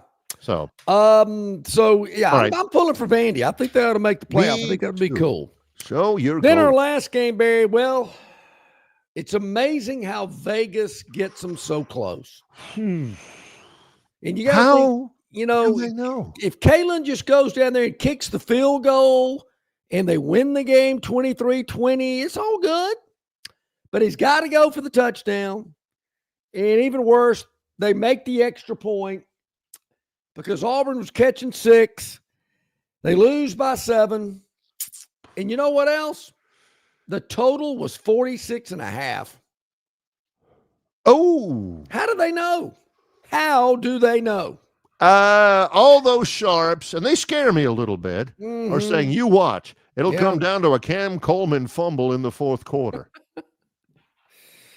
So 2-2 on the weekend. We are 28, 26-2 on the year. Still 2 games over 500. Got some big games this weekend that we'll be touching on for our Phantom Four. So we're certainly looking forward to that. Now, Barry, I understand. I've given you my thoughts and opinions about Auburn's. I guess he officially is being announced at 1:00 today over on the Plains, but we all know Alex Golesh is Auburn's new head football coach. You've had your thoughts about it, presented them here this morning, as have I. I understand about a month ago that Gurn Sr. was sitting in with you.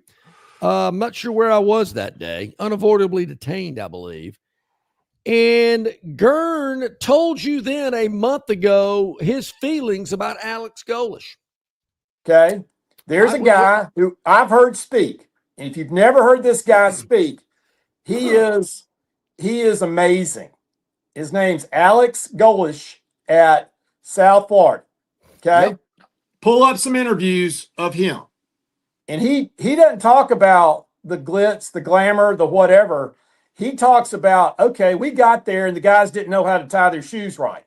And we had to start at square one and start with fundamentals and basics about how you build a program, how you do all this stuff. Now, he's played with NIL, but he doesn't have as much. Yeah. But you've got to have that solid base. If you don't have the solid base, then you're just going to, I mean, you know, what is it? The mix of metaphor. If you do the same thing over and over, you can beat your head against the wall. I mean, that's a mix. But I mean, you know, you got to have a program. At Texas,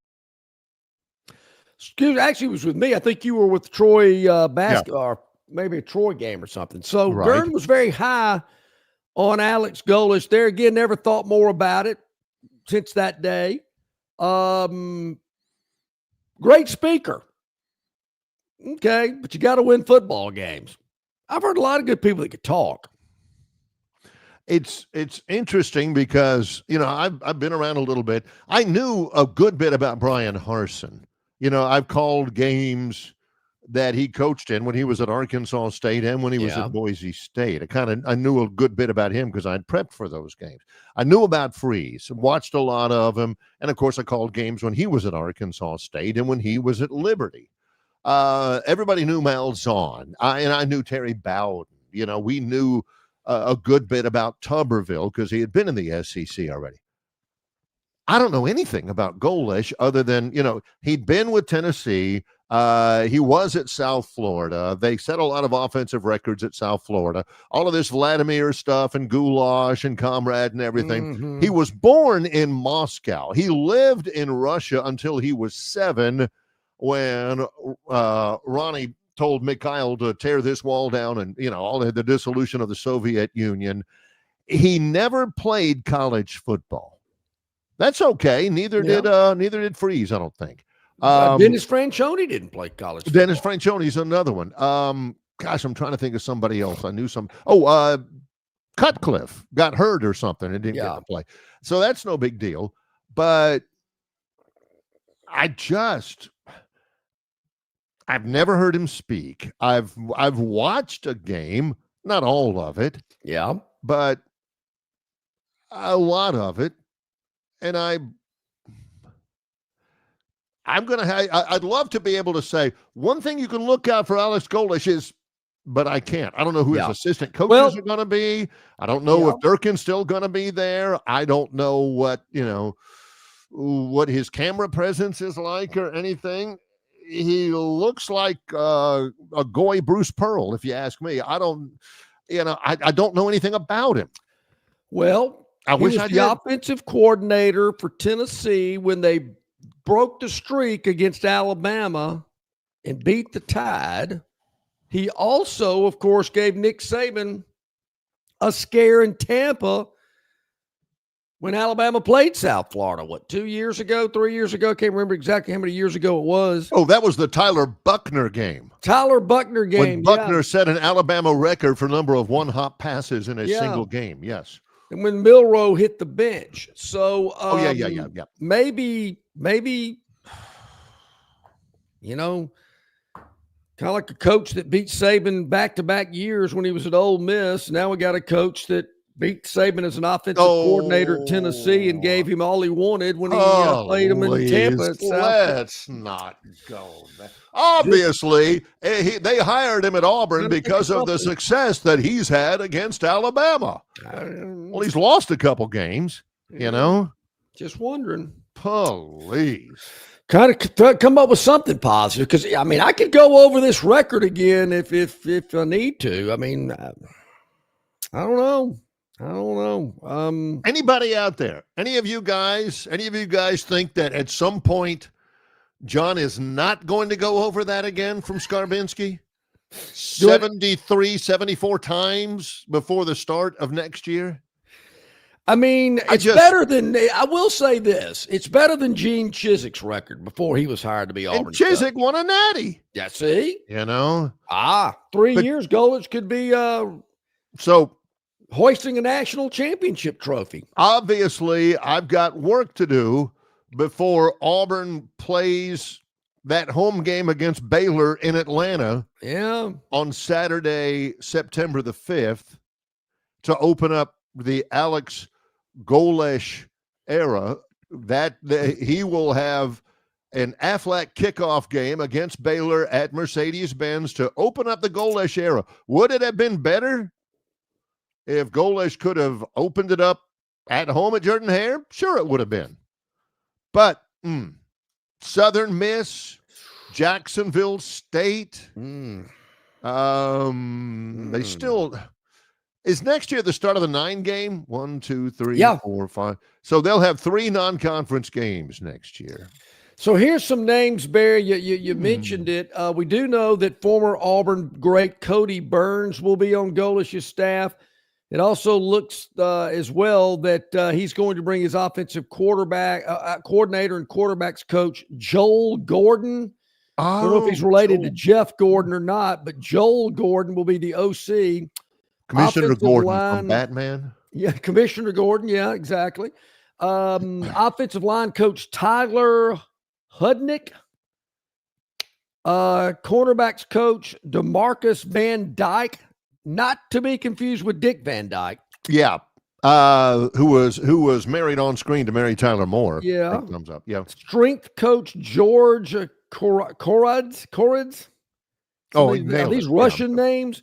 But those are just the names. I don't know a lot about them, but that's who they are. Here's the deal for a lot of you guys out there. You know, is this guy better than Hugh Freeze? Here's my takeaway from all that. This is the new guard. This is the new wave. We've gone through it before where some of you guys thought, oh, Richard Williamson, or Spurrier, or hey, watch out for Dick Sheridan, or I remember you know, and everybody's like, man, those guys are. I mean, the days of it, the game has passed them by. Well, now there's a new group. Ryan Silverfield at Arkansas called a game that he coached this year, Memphis. John Sumrall, Florida. Alex Golesh at Auburn. This is the new wave. All those Freeze, I think his day is done. And people like him.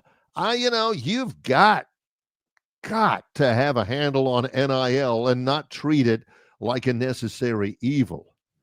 You've got to be creative in a new world of football these days.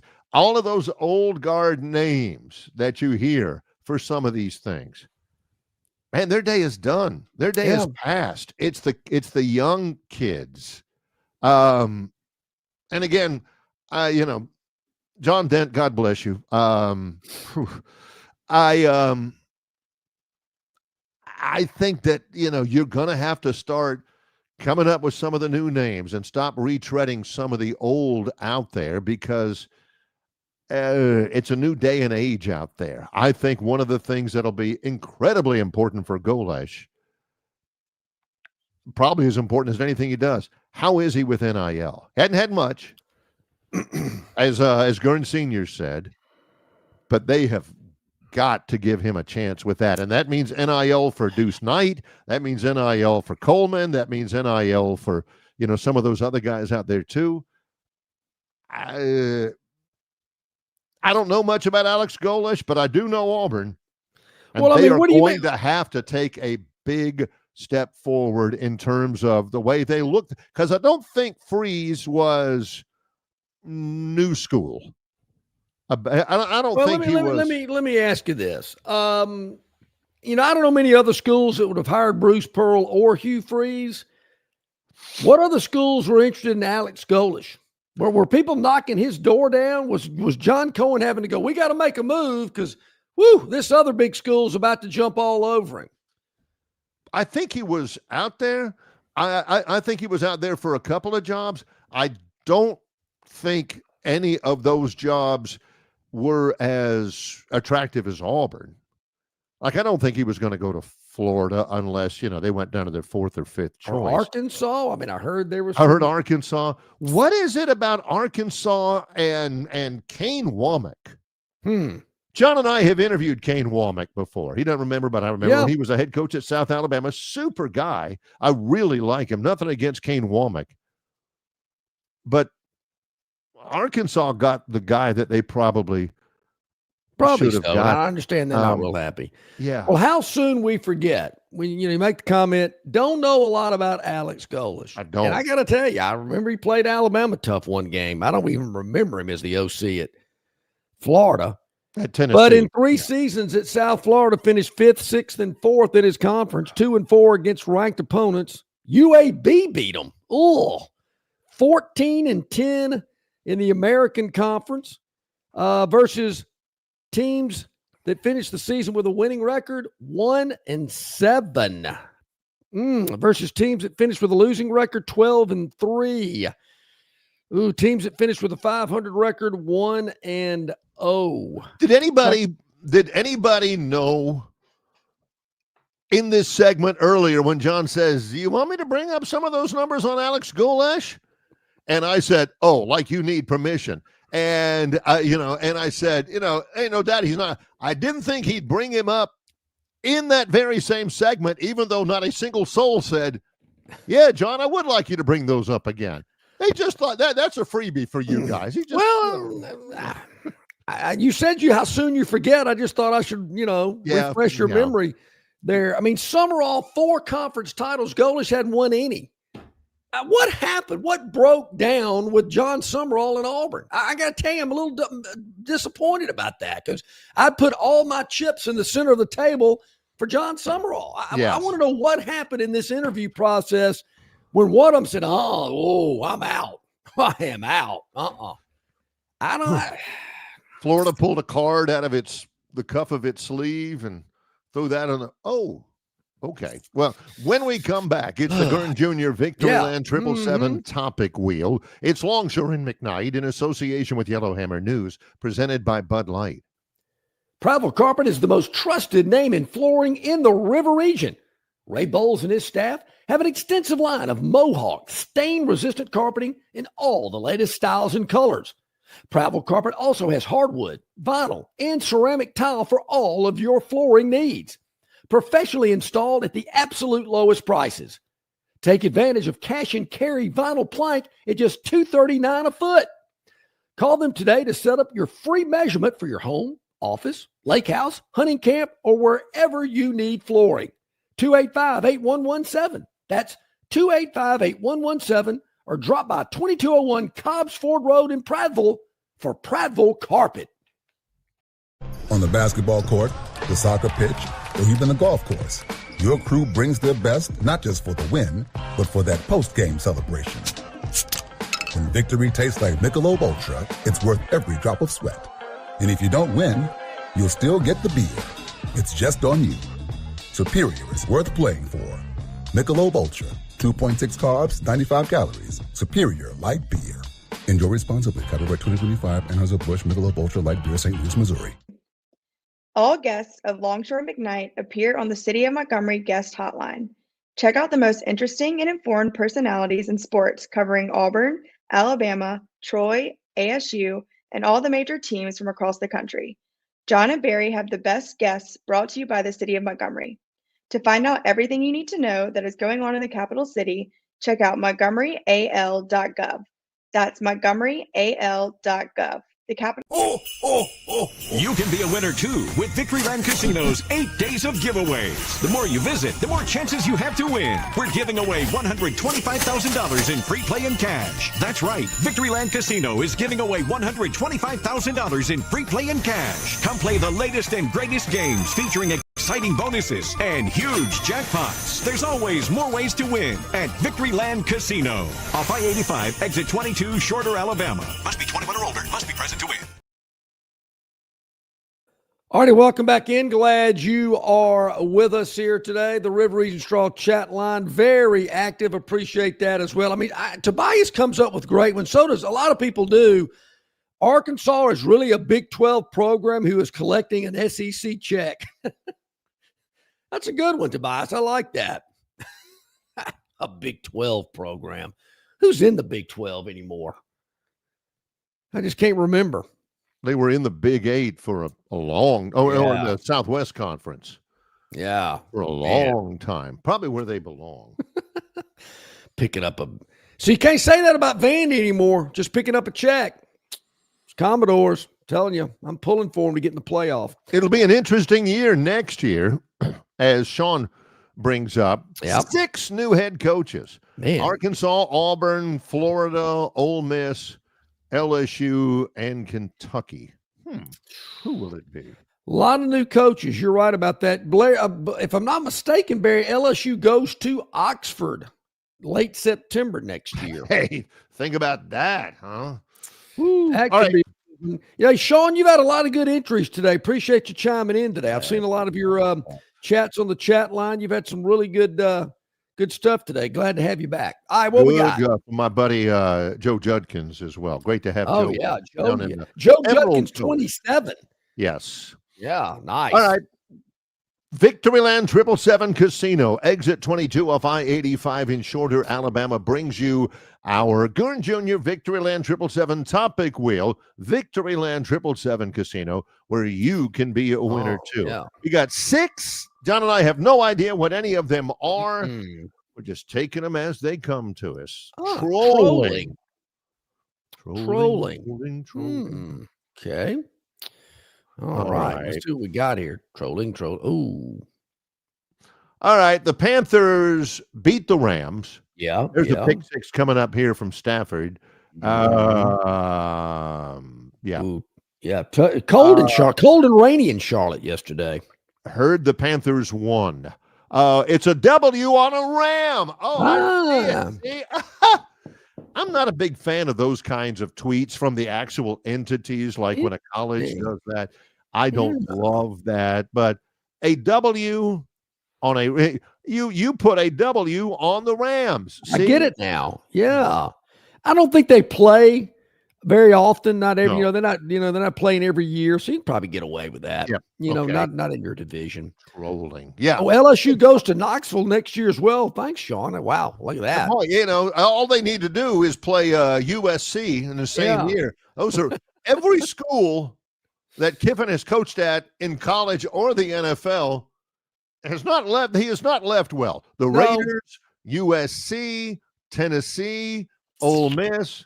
They pretty much hate his guts when he's gone. That'd be a good one. LSU and Southern Cal, too. Maybe they could play in a playoff game. They played a couple of years ago when LSU lost it under Brian Kelly. All right, what else? It sure did. All right, let's go back and see what else we got on the wheel. 5 more topics to go. As Barry mentioned, we do not know what these are. We're looking at them and seeing them for the first time, just like you. Bad debut. Bad debut. Who's debuting? Who is debuting? The NBA. No, NC State. Yeah. Oh, yeah. North Carolina gets the snot beat out of them against NC State. That may have helped save Dave Doran's job. Yeah. Did you see how far that pile pushed? I mean, that play started at about can you replay that, Gurn? Yeah, that play started at about the 10. Right, there you go. Keep going. North Carolina's got. Will you stop? Cut it out. Quit it. Man. And they never got him. I mean, he's at the baseline of the end zone by the time they blew the whistle. Those guys are bad year for Belichick said, look, the season's just ended a few minutes ago. Okay. So now we're going to move into the offseason. That's what we're going to do. You got to love a man with a plan. Yep. Now that the season's over, John, Belichick says we're going to move into the offseason. Yes, we are. That's what we're going to do. Mm-hmm. You got no choice, Bill. Yeah, you do. Yeah. Fit in the college game for him. Talk about a guy whose time has passed. No, he's heading down to the Caribbean with that 20-year-old girlfriend of his. All right, let's see what else we got. Four more topics on the Victoryland 777 topic wheel. The 8 days of winning at Victoryland. It starts this Friday. The more you go to Victoryland, the better your chances of winning. Is it 8 days just because of you? Because of the number Could 8? Be. Yeah. Lucky number. 8's a All good right. number. All right, single-handed. Let's see. There were a couple of great catches. Yeah. This one here from what's his name? Tyler. I saw this thing. One-handed. Nice. Yeah. Very nice. Yeah. The other one was stick him on that hand. Yeah, Tyler Burks. The one-handed catch there. I mean, the defender's right there. Yeah. And unlike Curtis Brown, he clearly lands in the end zone. Puka Nacua had one of those for the Rams against the Panthers. I got to tell you, I don't like the Broncos in the all-orange outfits. Not much for me. The only thing missing on those Washington uniforms is the old logo on the helmet. Everything else looked the same. It's just I thought Trump was getting that change back. Come on. I don't think he can. He can't dictate private business, but it's just a W, you know? I don't get it. Yeah, don't like that. Come on. All right. All right, let's spin it again. Yeah, got 3 more to go here. See Up what we the got. RA sounds interesting. Up the RA. Up the RA. Huh. Okay. Up Which the used to stand for red. RA. Oh, yeah. Okay. Charlie Smythe. He's the new place kicker. They got rid of Blake Groupie as place kicker for the Saints. Charlie Smythe, let's see. Boy, I'm at a loss. All right, you're going too quick. Yeah, can't read that fast. I'm a fast reader. All right. So the Saints got rid of their kicker and got this guy. Charlie Smythe. Is it Smith? Is it Smythe? I think it's He's Smythe. from Ireland. Troy has got an Irish place kicker from Mullabon, Ireland. Which one is it? The old guy or the younger guy? Yeah.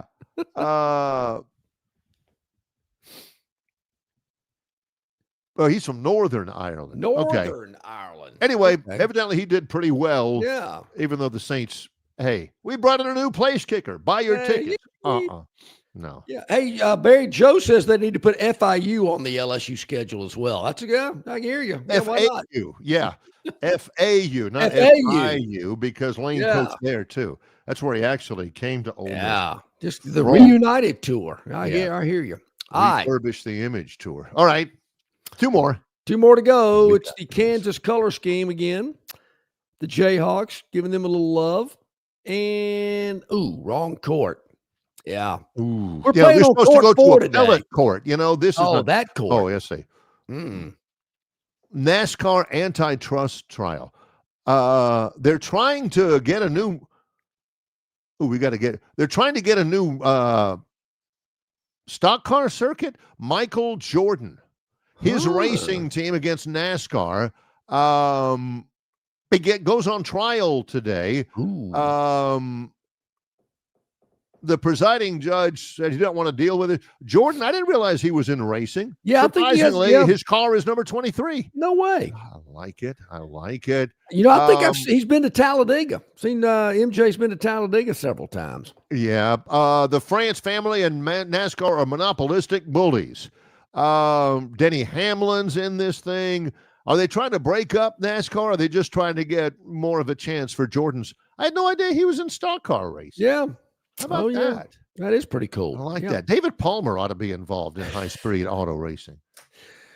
Well, you certainly can't go 55 and win in NASCAR. I can tell you that. That's exactly right. I think one more. You can't go more than 55 and play if you're in True. Alabama back in the That's day when the right, speed limit was exactly. 55. Yeah, I think maybe the pit road speed limit is 55. Who knows, something like that. But all right, bloodied up is our final one. Let's As Sean do it. likes to say, we Gotta spin it to spin make it official. Yep, gotta spin it to make it official. Bloodied up. Huh? Who got no? Oh, this has got to be Aaron Rodgers. Yeah, Um, I watched a little bit of that game. The Steelers are they're not Robbie. They're not stink. good. They're They are not. They lose yesterday to the Bills. Rodgers took a blow to the bridge of his nose from Joey Bosa. Yeah. And he fumbled it. Rodgers fumbles a lot, and they picked it up, ran it back in. Blood all over his face. I mean, it was bleeding quite a bit. He was face down for several moments, and they taped up his nose, and that's it. It's Rodgers, you talk about man whose day is done. Oh, boy. They won him at the Jets. That was terrible. They won him at the Steelers. Man, you get some people around him, he can be pretty good. But, man, if you expect him to carry the franchise at 40 years old. No, not happening. No. Yep, one of those that just can't walk away. Well, I think this year he just might. All right, Barry, great day today. Tom Luganville joining us. Always appreciate Lugs being on the program with us on Mondays. Yep. Tomorrow, we've got Brian Matthews, auburnsports.com. Looking forward to getting Brian's take on everything going on the Plains. Travis Ryer on YouTube, Talking Tide. Get Travis's thoughts as well, and yours as always on our River Region Straw chat line. Yes, tomorrow, big stuff coming up. It's Longshore and McKnight in association with Yellowhammer News, presented by Bud Light.